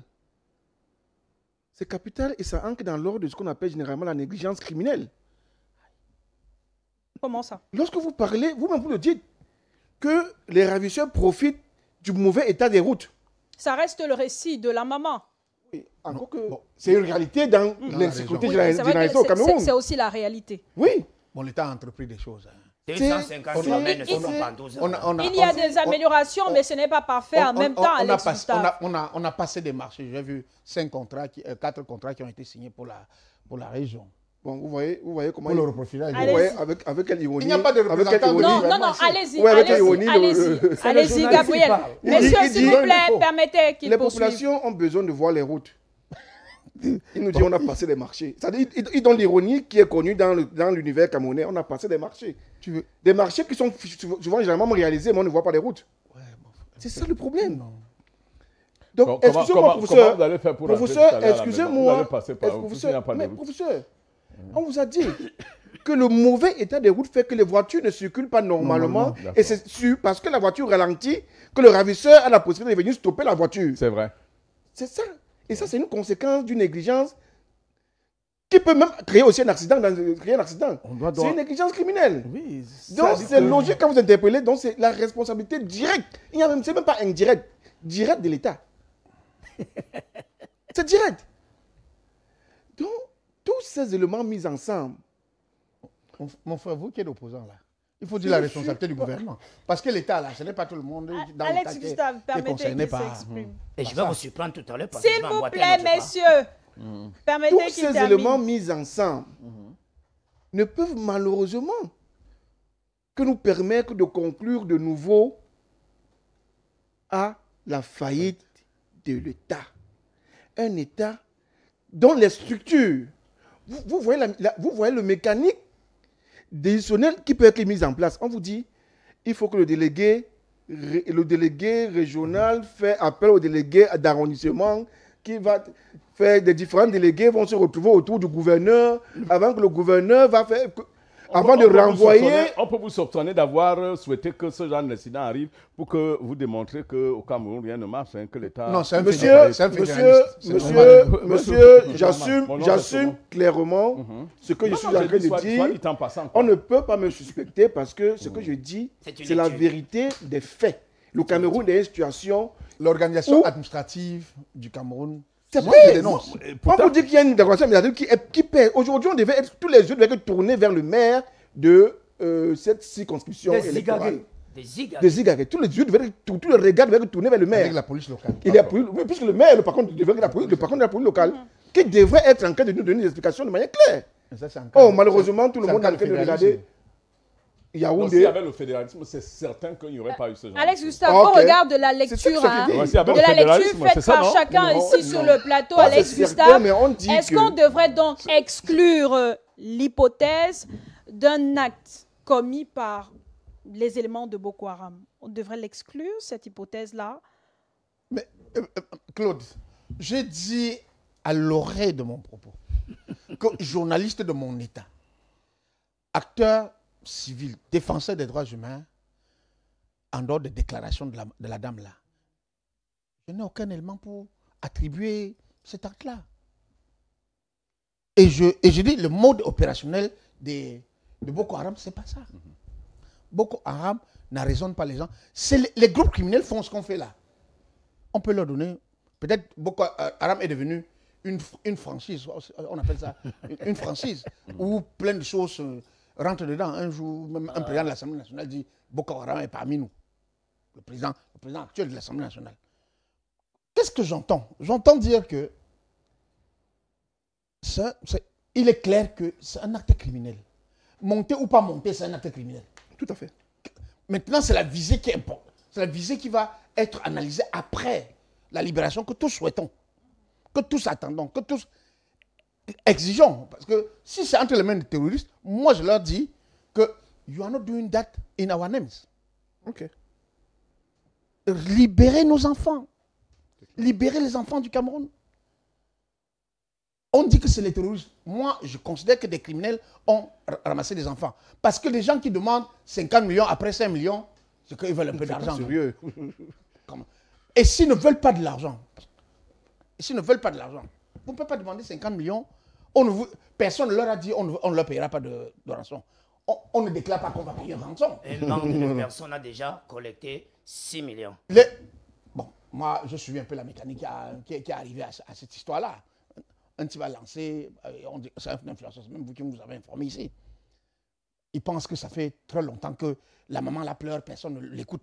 Et donc, il considère que c'est un acte, comment je l'ai dit, de charité. Il y a d'ailleurs un candidat à l'élection présidentielle qui a donné 500 000. Qui a donné 500 000. Le ministre Tiroma a donné 500 000, pour ne pas le nommer. Seulement? Non, c'est ce qu'il a donné. Il y avait un tarif. Comment tu dis Professeur, c'est quoi avec toi? Moi, candidat à l'élection. Bon, plus sérieusement. Où je m'en vais investir des dizaines et des dizaines de millions, il y a une affaire de 5 millions. Suivez son regard. Vous aurez l'occasion de réagir tout à l'heure. Professeur, vraiment plus sérieusement. Je pense que jusqu'à ce que nos autorités, parce que de toutes les façons, s'ils sont libérés, ce n'est pas à leur maman qu'on va leur remettre. Aller remettre les enfants. Nous ne sommes que là pour dénoncer. C'est aux autorités. Nous n'avons pas de solution. C'est les autorités qui vont nous raconter ce qui s'est passé sur la base des informations qu'ils auront collectées. Et pour l'instant, les déclarations de la maman, je les prends pour celles d'une personne qui est dans le trauma. Et quand on est dans un trauma, en considérant qu'elle est de bonne foi, on peut dire la chose que n'importe le premier venu. Elle ne recoupe pas les informations. Est-ce qu'elle peut recouper les informations? Ceux qui recoupent les informations, c'est les investigateurs, c'est-à-dire les éléments de la police. Les éléments de... La police est le bras opérationnel de l'État pour collecter l'information, vérifier. Avec la pas les rumeurs. Avec la complicité du peuple. Bien entendu, j'ai dit collecter. Il collecte auprès du peuple. Donc, si on me dit que cette femme-là, que cette maman-là, cette dame-là, dont j'ai vu les images à l'agence de voyage dont on a parlé tout à l'heure, que la police camerounaise ne l'a pas encore entendu, ne l'a pas mis sur écoute. C'est que vraiment, si elle l'a mis sur écoute, c'est seulement pour nous les journalistes ou bien pour les opposants, c'est qu'il y a un problème quand même. Parce que si on veut localiser ces criminels, c'est pour ça que les nouvelles technologies, ce qu'on appelle les technologies de l'information, sont importantes aujourd'hui pour les enquêtes, en tout cas les enquêtes policières. Moi, j'ai regardé un film hier soir dans mon salon où l'agent de police, l'officier de police, vient simplement demander à l'opérateur de l'agence de location de voitures de lui communiquer une information. Ça lui a permis, devant l'agence de location de voitures, d'identifier la destination où se trouvait le véhicule au moment où on parlait. Et les déplacements du criminel. Ça se fait Donc si dans notre pays, on donne l'impression que c'est la sorcellerie, il faut dire que c'est fait exprès pour ne pas nous donner les informations. Le professeur Somo voulait réagir après, Dr Niamsi. Non, premièrement, nous ne sommes pas certains que les inquiétudes, les inquiétudes qui sont les nôtres soient avérées. C'est-à-dire, est-ce que véritablement vous et moi, regardons-nous droit dans les yeux. Comme ça, posons-nous la question. Vraiment, vous croyez un seul instant que le téléphone de cette femme ne soit pas tracé? Ça me paraît... Ne parlez pas au même moment que lui. Ça me paraît quelque chose. Sauf que ne demandez pas à la police d'aller sur la place publique vous dire, là où vous voyez le téléphone de cette dame est sur écoute, ou alors les conversations, ils sont... Non. Je pense que les fins limiers, comme on aime à les appeler, de la police, la gendarmerie, tous ceux qui sont dans l'enquête, c'est l'acte le plus, je ne sais pas comment il faut appeler, c'est le plus banal. C'est-à-dire que des enfants d'une maman sont enlevés. On sait très bien que les ravisseurs vont appeler la dame. La première chose, on met son téléphone sur écoute. Et à partir de là, on peut tracer. Maintenant. Mais si ce travail avait été fait, est-ce que cette dame ne l'aurait pas dit? Parce qu'elle intervient dans les médias. Cette dame... Elle est arrivée au niveau où elle appelle à l'aide, elle appelle la première dame, elle appelle le président de la République. Cette dame a sûrement, ça je dis ce qui fonctionne, ce qui devrait normalement, cette femme a sûrement des consignes pour ce qu'elle peut dire et sur ce qu'elle ne devrait pas dire pour la sécurité de ses enfants. Si la police lui a dit, ne dites pas ceci, parce que si vous le dites, on pourra tuer un de vos enfants. Vous croyez que cette dame viendrait le dire, alors qu'elle sait que la sécurité de ses enfants est mise à prix? Elle ne le ferait pas. C'est pourquoi je dis que pour l'instant, je ne voudrais pas me contenter de ce qui est dit ou de ce qui n'est pas dit. Mais vous dites que toute l'information qu'on a de la dame, en fait, vient de la police. C'est la police qui recommande de donner l'information, là. Bah, vous dites? Vous dites que toute l'information qu'on a de la dame, en fait, ça a été mutuellement choisi par les policiers. Je crois qu'au SDF, vous comprenez les choses à l'envers. C'est ce que vous êtes en train de dire. Moi, je suis sur un plateau de télévision avec vous, nous sommes quoi? Vous dites que vous m'attribuez une idée, un propos que je n'ai jamais prononcé. Je vous dis, la police peut avoir donné des consignes à la dame. Là, vous avez nuancé en disant peut avoir. Mais tout à l'heure, vous n'avez pas mis peut avoir. Bon, la police a sûrement, si vous voulez, la police a sûrement donné des consignes à la dame d'avoir un peu de la retenue sur un certain nombre d'informations qu'elle ne devrait pas mettre sur la place publique parce que cela pourrait compromettre la vie de ses enfants. Je suis constant dans ma démarche. Et c'est pourquoi, à l'heure qu'il est, nous devons savoir également que même les pouvoirs publics ne communiqueront pas assez sur ce qui est en train d'être fait, tant que cela peut compromettre la vie des enfants. C'est pourquoi j'invite les uns et les autres, nous les premiers ici, à faire preuve d'un peu de recul et d'attendre voir ce qui va se passer. De ne pas pousser un peu trop de pression autour de ceux qui peuvent être en train de travailler sur la question, de façon à ce qu'ils fassent une erreur qui peut devenir fatale. Aujourd'hui, nous sommes dans un contexte politique particulièrement tendu. C'est-à-dire qu'il pourrait arriver que des responsables se disent « Ok, si on ne réussit pas à enlever ces enfants avant le 12 octobre, tel candidat aura perdu son élection. » Alors, tout le monde se met là-dedans, on se met à faire tout et n'importe quoi. J'adore votre analyse. Comme on pourrait dire aussi, et là vous n'allez pas adorer sûrement, comme on pourrait dire que, ok, attention, si tout est fait pour sortir des enfants de là, ce ne serait pas bien, parce que ça pourrait donner avantage. Ça pourrait donner avantage à X ou à Y candidat. Dans un contexte comme celui-là, je dis, nous devons taire toutes les querelles de nos chapelles politiques et penser qu'il faille se tenir tous derrière les seuls qui ont la possibilité de sortir ces enfants de ce pétrin. Aucun parti politique ne sortira cet enfant de ce pétrin, même pas le RDPC. Ceux qui devront sortir les enfants, c'est les forces de sécurité qui sont sûrement en train de travailler pour que cela se fasse. C'est l'heure est venue pour qu'on se mobilise derrière eux. Ne serait-ce que sur le plan réel et même sur le plan de la représentation mentale, spirituelle. Élevons-nous et disons-nous, pour la première fois, nous sommes au-dessus de tout ce que nous pouvons être, mais nous avons un seul objectif, c'est que nos enfants soient libérés. C'est vraiment tout le message que moi je porte. Dr Nyamsi, même si c'est l'identité de Damga qui vous intéresse, est-ce qu'à la recherche des coupables de cet enlèvement, on pourrait penser aux coupeurs de route? On sait qu'à une certaine période, ils ont opéré dans tout le nord et l'extrême nord. On pourrait penser à leur retour? Vous savez, je suis un enfant de l'ancien lycée de Domayo. Et je vais vous dire, le bir est une résultance du bel et où nos parents ont travaillé. Bâton léger d'intervention. Je passe sous le contrôle de ces hommes dont papa était à la tête. Madame, j'ai cette double casquette d'avoir une éducation de caserne. J'ai cette casquette où je ne réfléchis pas comme tout le monde. Il y a parfois, je laisse ma posture politique, je laisse ma casquette d'enseignant. J'entre donc dans ce qu'on appelle le débat de la rue. Et dans le débat de la rue, c'est ce qu'on appelle le full contact. Tous les coups sont permis. Sauf qu'il faut arriver au bout de sa pensée et il faut être cohérent. Les mathématiciens appellent ça la méthode par tâtonnement. Madame, suivez mon regard.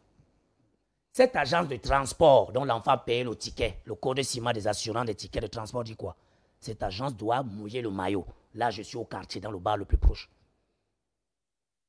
Cet agent de transport ne peut pas rester bras croisés. Devrait aussi mouiller son maillot. Pour le simple fait que les enfants ont été mis sous leur responsabilité par rapport à l'agrément qu'ils ont de faire voyager les hommes en toute sécurité. Et ça pourrait être un coût pour l'agence qui pourrait perdre sa clientèle. Ça vous permet maintenant de comprendre que mon frère qui est à Kolmitak, à Tabalonka, à Yaoundé ou à Ifoulan, lui n'a pas la réflexion du psychologue, n'a pas la réflexion du journaliste, n'a pas la réflexion de l'homme politique. Il dit, donnez-moi mes enfants. Mes enfants sont entrés dans ce cas, donnez-les-moi. Alors, comme nous sommes dans un pays, là je quitte le quartier, j'entre en politique et je retrouve son élévation d'idées. Moi, homme politique, comme ils ont l'habitude de collecter 40 millions de francs pour une candidature présidentielle, ils nous ont aussi sorti ceci, 6 millions de francs. Et certains pompeux du régime, dans une complicité des alliances, Mathusalem et Jadis, ont couru rapidement à la cagnotte et ont déversé 500 000 francs. Permettez-moi, monsieur, s'il vous plaît, c'est une analyse politique et sociologique. Docteur Yamsi, n'êtes-vous pas en train de sortir complètement Je ne sors pas du sujet? cas, permettez-moi. Madame, je ne sortirai jamais d'un hors-sujet, même mes étudiants m'écoutent. Je vous ai dit que je vous ai dit à la table de mon propos ici, je ne suis pas venu vous donner des solutions. Je suis venu décrypter, analyser, donner les pistes de recherche, pousser mon coup de gueule. Je jette le pavé dans la mare pour que chacun se retrouve au quartier. Mais nous allons penser aux solutions tout à l'heure. Et là, en ce moment, je demanderai la position de mon parti politique parce qu'il y a une chose en politique, Madame Mayo, ça a trop duré comme ça. Vous savez, le jour que ces enfants sortiront de cet endroit, il y aura 2 capitaines du BIR qui parleront. Il y aura un commandant de gendarmerie, il y aura le préfet de la région. En ces termes-ci, grâce à nos forces de défense et de sécurité, nous avions pu faire. Ce sera une communication gouvernementale à bon escient avec ce qu'on aurait appelé les tenants et les aboutissants. Ceux qui ont fait au moins les recherches d'investigation journalistique me comprendront très bien.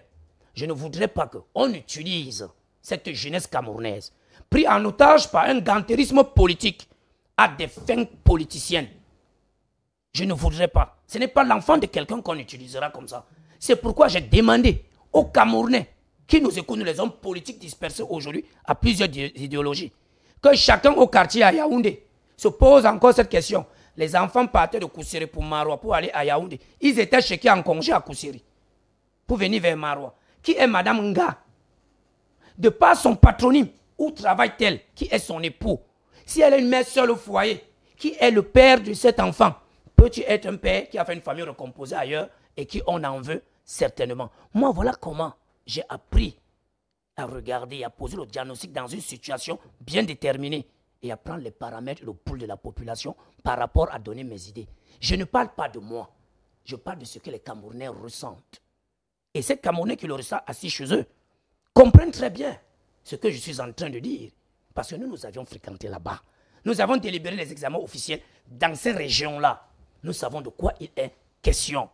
Maintenant, dans l'intégrité de la communication gouvernementale, pour ne pas verser dans l'invective et dans ce qu'on pourrait susciter, ce qu'on aurait appelé des récupérations, ça et là, mais d'autres hommes politiques. Pendant que nous, au PURS, nous disons, nous condamnons cet acte à la dernière énergie et nous demandons à ces terroristes et à ces brigades de grand chemin de nous restituer notre jeunesse qui sera dynamique comme fer de lance pour le prochain mandat. C'est là où certains de nos frères vont vite cotiser. Pourquoi cotisent-ils? Ils veulent séduire quel électorat? Ça, c'est mon opinion.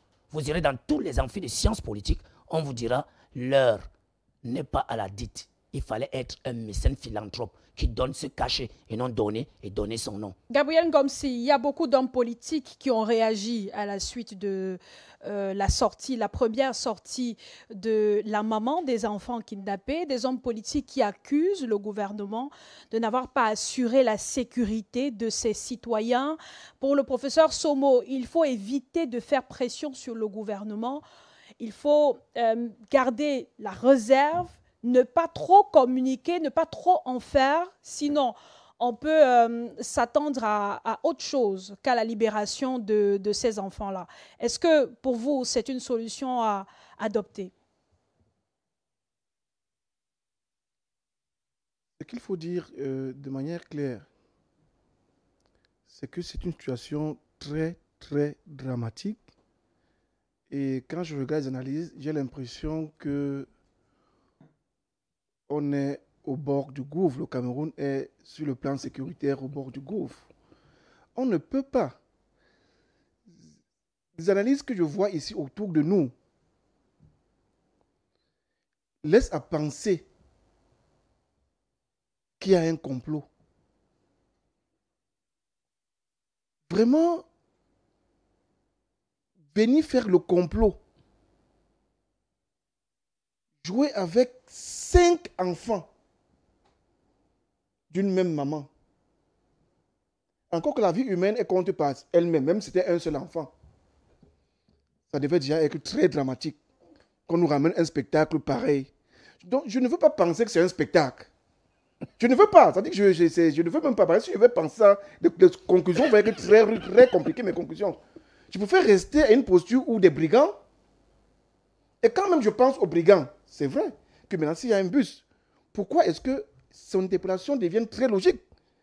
Quand on pense aux brigands, il faut maintenant regarder, pourquoi est-ce que la cible n'a été que les enfants d'une même femme? Parce que si l'objectif était que des coupeurs de route, qui veut prendre, bon, sauf à penser que peut-être les coupeurs de route, qui sont des enfants d'une région, ils connaissent leurs frères, ils ont identifié leurs frères, et ils ont pris les autres, on tombe dans une autre attaque d'une autre forme. Est-ce qu'on ne peut pas penser que les ravisseurs ont pris les plus vulnérables, les enfants, ne sachant pas peut-être au départ que c'était les enfants d'une même famille? Non, la coïncidence, c'est trop flagrant si on veut faire une telle coïncidence. Parce que dans un bus, c'était évident. On a dit que même la manière dont les enfants vont... C'est les enfants, vous sentez qu'il y a une fraternité entre eux. Ils vont s'appeler de manière évidente. Dans la panique, dans la peur, là, vous détectez immédiatement que ces enfants sont ensemble. Parce que dès que le petit frère va courir vers son grand frère, le grand frère va vouloir protéger le petit frère. On connaît qu'ils sont ensemble. Donc, on ne peut pas penser que les ravisseurs ont pris des enfants sans savoir que c'est des enfants d'une même famille. Non, ce n'est pas vrai. Ce n'est pas vrai. Maintenant, quand vous dites, qu'est-ce que les hommes politiques ont de manière, parce que on parle là des enfants. Donc, en face, je vois, je ne sais pas comment on appelle ça, mais je vois en face des personnes qui sont contre l'humanité. Et quand il y a des gens contre l'humanité, on a un État pour restaurer l'humanité. Qu'attendre aujourd'hui de l'État? Ce qu'on doit attendre de l'État, de manière simple, c'est que l'État fasse son travail. Lequel? Que l'État, il faut libérer, obtenir la libération. Il faut sauver la vie de ces enfants. Par quel moyen? Par tous les moyens. Par tous les moyens. Je dis bien, il faut sauver la vie de ces enfants. Par tous les moyens. Je ne veux pas savoir qui est auteur de quoi, qui a fait quoi dans ça. Ce qui m'intéresse, l'urgence est que l'État a la responsabilité de retirer ces enfants de ce spectacle-là. Je ne veux pas savoir d'où vient le spectacle, mais l'État doit retirer, et ils peuvent. L'État en est capable. 8 jours, c'est beaucoup. Il y a les moyens pour le faire. 8 jours, c'est beaucoup. Donc, je refuse de penser que on doit tenir, on doit arrêter, on doit cesser de mettre l'État sous pression. Non. Le gouvernement doit être sous pression. L'État doit nous donner nos 8 enfants. jours, c'est beaucoup. C'est énorme. Dans une région comme celle-ci, 8 jours pour un État qui a tous les moyens Et beaucoup de de moyens. contrôle, les drones Docteur et Niamsi, autres. Là, vous aurez votre temps de vraiment, parole. je pense que 8 jours, c'est beaucoup et c'est trop. Alex Gustave Azebazé, les enfants. complot ou non, quelle doit être l'attitude ou la méthode employée aujourd'hui par l'État?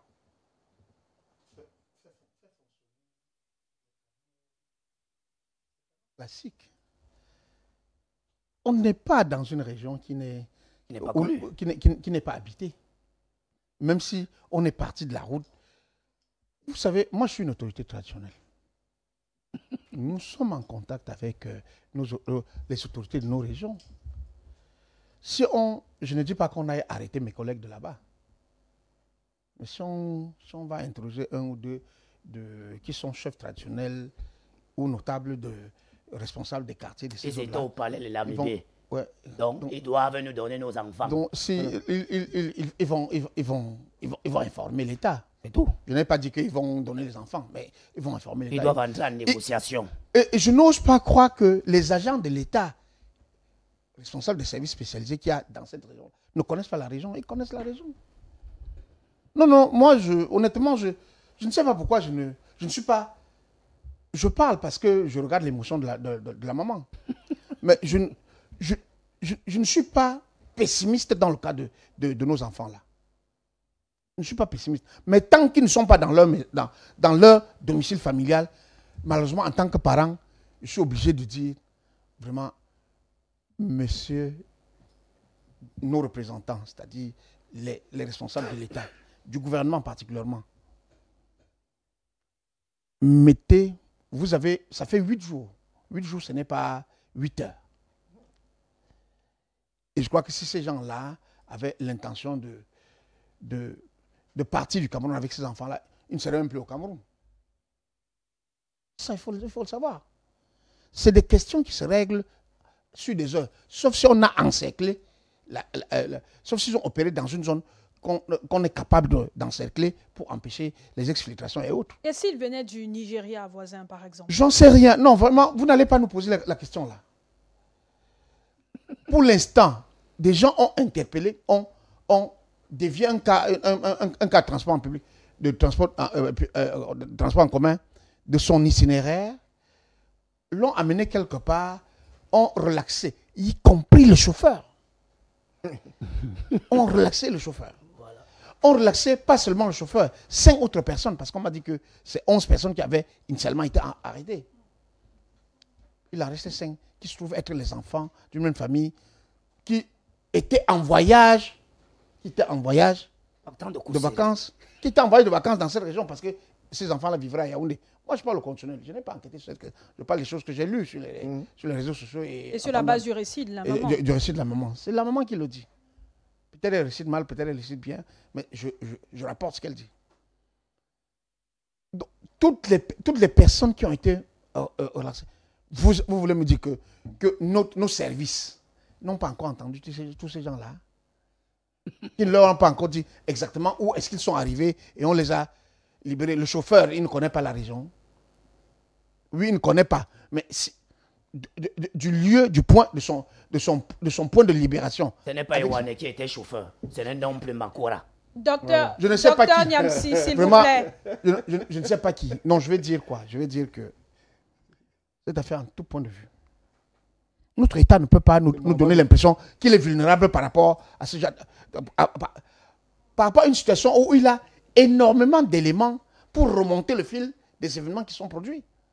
Parce que c'est souvent compliqué lorsque les ravisseurs ont amené toutes les personnes qu'ils ont arraisonnées, qu'ils ont enlevées. Mais ils ont remis des personnes en liberté, certains ont continué leur voyage jusqu'à destination. Cette analyse Donc, me plaît. là, on devrait faire confiance à l'État et Moi, je fais attendre confiance la à l'État. suite. Professeur Somo, on a des enfants qui ont été enlevés par des inconnus. On a une maman dont le récit reste aujourd'hui le seul officiel en attendant la sortie des autorités. Comment on doit traiter cette affaire aujourd'hui? On n'en parle pas, comme vous disiez tout à l'heure. On ne donne plus la parole à cette maman-là qui s'exprime avec émotion, même si à chaque fois son son récit semble être différent.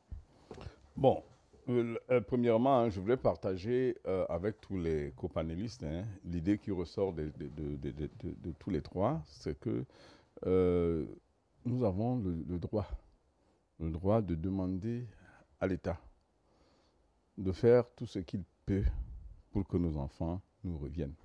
S'il y a un Camerounais qui ne pense pas comme nous ici, là, tous les quatre, celui-là n'est pas Camerounais, celui n'est simplement pas humain. Ça, c'est clair. Bon, le fait que l'État soit garant de notre sécurité à tous fait que nous soyons davantage confortés à l'idée que c'est à eux que notre liberté ou que notre sécurité a été confiée. C'est pour cela que nous payons les impôts et maintenant qu'il y a un souci, nous voulons interpeller prioritairement cet État. Quand j'ai dit ça, je dis je souhaite vivement que l'État soit laissé dans le confort psychologique nécessaire pour que ceux qui travaillent pour ce dossier, qui travaillent en toute sérénité, sans qu'ils ne sachent qu'il y a une pression derrière. Plus nous mettons la pression, plus vous mettez la pression à quelqu'un, plus il est susceptible de poser des erreurs pour essayer de vous satisfaire. Nous devons faire très très attention à cela. C'est un peu ce que je suis en train de dire. Maintenant, je voudrais aussi dire que tout à l'heure, j'ai appris que un des candidats à la présidence de la République a donné comme 500 000 francs CFA. Il s'agit ici de quelqu'un qui est natif de la région. C'est-à-dire que bientôt, lorsque les élections vont venir, on va vous dire que, et ça j'entends, je lis ça beaucoup dans les réseaux sociaux, les candidats du Grand Nord sont en train de se mettre ensemble. Donc, ils vont faire basculer l'élection. Ça veut dire que ces personnes ont une maîtrise parfaite de la population, de la vie, de la sociologie, de tout ce qui se passe là-bas. Et en fait, s'ils ont tant une maîtrise sur cet espace du Cameroun, c'est l'occasion qui leur est offerte. Moi, j'irai à l'urne le 12 octobre, mettre un bulletin d'un candidat du Grand Nord qui aurait participé à faire libérer ses enfants de façon efficiente, à condition qu'il m'en apporte la preuve. Mais aller ainsi, sur la base d'un lanceur d'alerte, donner 500 000, alors qu'on attendrait que c'est lui qui soit en train d'organiser cette mobilisation de fonds. Oh non, ne demandez pas aux gens qui ne sont pas au gouvernement d'organiser les mobilisations sur les opérations qui relèvent de, ça reste des de la mobilisations sécurité. citoyennes. Monsieur, Alex,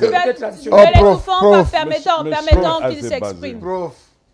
On ne va pas inverser les rôles maintenant. Oui, on ne va pas inverser les rôles. Mais il n'est plus au gouvernement. Il n'est plus au gouvernement. Nous parlons aussi de quelqu'un qui, il y a 2 jours, était au gouvernement. Bon, ça, mettons ça. Bon, ça dit que du jour au lendemain, un jour, si vous êtes au gouvernement, le lendemain, vous dites, je ne suis pas là-dedans. Et puis, il y a une situation qui arrive, vous dites, comme je ne suis plus au gouvernement, je ne peux pas. Non. Je souhaite que ces personnes, du haut de leur expérience dans le gouvernement, dans lequel ils ont travaillé, duquel ils connaissent les méthodes, qu'ils sont en train de transporter aujourd'hui vers la capitalisation pour être élu président de la République. Folklore. Ça reste votre avis. Docteur Niamsi, vous aurez votre temps de parole. Professeur Somo, allez-y, poursuivez. Je souhaite que la capitalisation de toutes ces énergies et ces forces, qu'ils les mettent au service de ces enfants qui sont perdus. Ça, c'est ce qui est attendu des hommes politiques. Maintenant, au milieu, il y a cette femme. Vous disiez tout à l'heure qu'elle peut être accompagnée par la police en ce moment. On n'en sait pas plus. Mais est-ce qu'elle a besoin aujourd'hui d'un accompagnement psychologique? Oui, l'accompagnement psychologique, à l'heure où il est, elle existe déjà. Cette dame est psychologiquement accompagnée et même très accompagnée. Vous voulez que je vous donne le numéro de téléphone et le nom de celui qui est en charge de l'équipe de psychologues autour de la dame? Ça, c'est à l'initiative de qui? De la dame, de ses proches? De qui? Vous pensez que la dame, dans l'état d'esprit où elle est actuellement... De la société camerounaise des psychologues. Dans l'état où cette dame est actuellement, vous croyez qu'elle peut penser qu'il faut que j'appelle des psychologues pour venir m'accompagner? Non. Ils ont apporté leur service. Les psychologues ont un devoir d'autosaisine. Lorsque une situation dramatique comme celle-là vient arriver, il est enseignant, il sait de quoi je parle. Donc, une fois encore, c'est sur saisine des psychologues. Donc, démission encore de l'État. Toujours. Gabriel Ngom, s'il vous plaît, s'il vous plaît. Non. Bon, je suis convaincu que si c'est le SDF qui était au pouvoir, ces enfants auraient été libérés le lendemain. Il ne s'agit pas d'un débat. Dès que le SDF sera au pouvoir, dès que le SDF sera au pouvoir, fini les enlèvements. Je ne veux pas aller vers la politique. Je ne veux pas parler. Gabriel Ngom, s'il vous plaît, s'il vous plaît. Je vous dis, je vous parle. Professeur Somo, le souhait. Je vous parle ici en tant qu'expert du domaine. Professeur Somo, s'il vous plaît, on est d'accord, professeur Somo. Oui. Le souhait est que ces enfants soient libérés. Oui. À la suite de leur libération qui est souhaitée, qu'est-ce qui doit être fait pour eux? Très bien. Là, au moins, c'est une question assez constructive. Avant de la vider, votre question... Non, vous avez 1 minute pour terminer. Oui. La première chose, je vous dis, lorsqu'il y a une situation qui implique des traumatismes comme celle que nous vivons de ce côté de l'extrême nord, le devoir, c'est comme des médecins. Des psychologues sont des médecins. Il y a une question de maladie, vous n'allez pas dire « j'attends que le gouvernement m'ait interpellé pour que j'aille intervenir pour sauver quelqu'un qui... » Les psychologues se mobilisent et vont au chevet de cette personne. On fera le bilan après. C'est une bonne chose, hein? On fera le bilan. Maintenant, pour le cas des enfants. Qui a envoyé qui? Pour sortir le cas des enfants. Pour sortir de là, au retour de la captivité, vous imaginez que forcément, ces enfants auraient été tous traumatisés. Maintenant, il y a une technique de prise en charge qui consiste dans une psychothérapie appropriée de récupérer ces enfants, d'aller à leur chevet et puis progressivement de sortir ces enfants du traumatisme dans lequel... Moi, je ne me pose pas la question de savoir qui va payer ça ou qui va prendre l'initiative. Moi, je vais vous répondre tout à l'heure. Qui va prendre l'initiative. Nous avons le devoir, nous, en tant que médecins de la pensée et de la mentalité, de prendre des initiatives et d'aller vers cette famille pour faire ce qui est nécessaire pour rééquilibrer cet enfant. Et si nous ne le faisons pas, en fait, nous ne servirons à rien dans un pays. C'est noté, merci. Docteur Niamsi, vous avez 2 minutes. Oui, mes 2 minutes seront pour contribuer à ce qui se fait le mieux au Cameroun aujourd'hui, sans langue de bois. Vous savez, les Camerounais aujourd'hui ont la magnificence. Lorsqu'on tient un poste, on ne parle pas politique. Lorsqu'on tient à ses intérêts, on se dégargarise de ce que c'est qu'une position idoine pour définir l'impact de la situation. Alors, cette dame a appelé... Qui en poste ne veut pas parler politique? Je ne parle pas de vous. Non, je n'ai pas dit que je parlais de vous. Je voudrais qu'à Yabassi, on me coûte à Lumpenja pour qu'on comprenne que le combat que nous menons, cette dame... Moi, je ne parle simplement pas politique parce que ce n'est pas le moment. D'accord. Nous en parlerons très prochainement. Moment, oui. Alors, pour vous dire que les forces en présence, nous n'allons pas négocier. On ne demande pas au gouvernement, s'il te plaît. Nous implorons, nous exhortons au gouvernement de nous donner nos enfants. Parce que si le ministre SGP, ministre d'État Ngongo, a pu faire venir 20 Lamibé au palais de la République en consultation par rapport à une propagande électorale, il peut aussi mobiliser ces mêmes Lamibé, d'entrer dans les négociations, les tractations, pour nous donner nos enfants, parce que nos enfants sont dans une zone où il y a un lamido, où il y a plusieurs lamibés, qui connaissent la zone de façon circonférence et périphérique pour pouvoir entrer en négociation et remettre cela. Le trésor public camerounais n'est pas en panne. Hein? Que les gens ne viennent pas nous rappeler. Non. Puisque moi, le 25, le 26, je vais toucher mon salaire. Moi, je le dis à Mondovision. Le trésor public n'est pas en panne. Il y a de l'argent. Que de sortir de l'argent pour faire ce qu'on sera appelé la sagacité du balai qui s'est passé à la présidence de la République en prenant les enfants de Marois.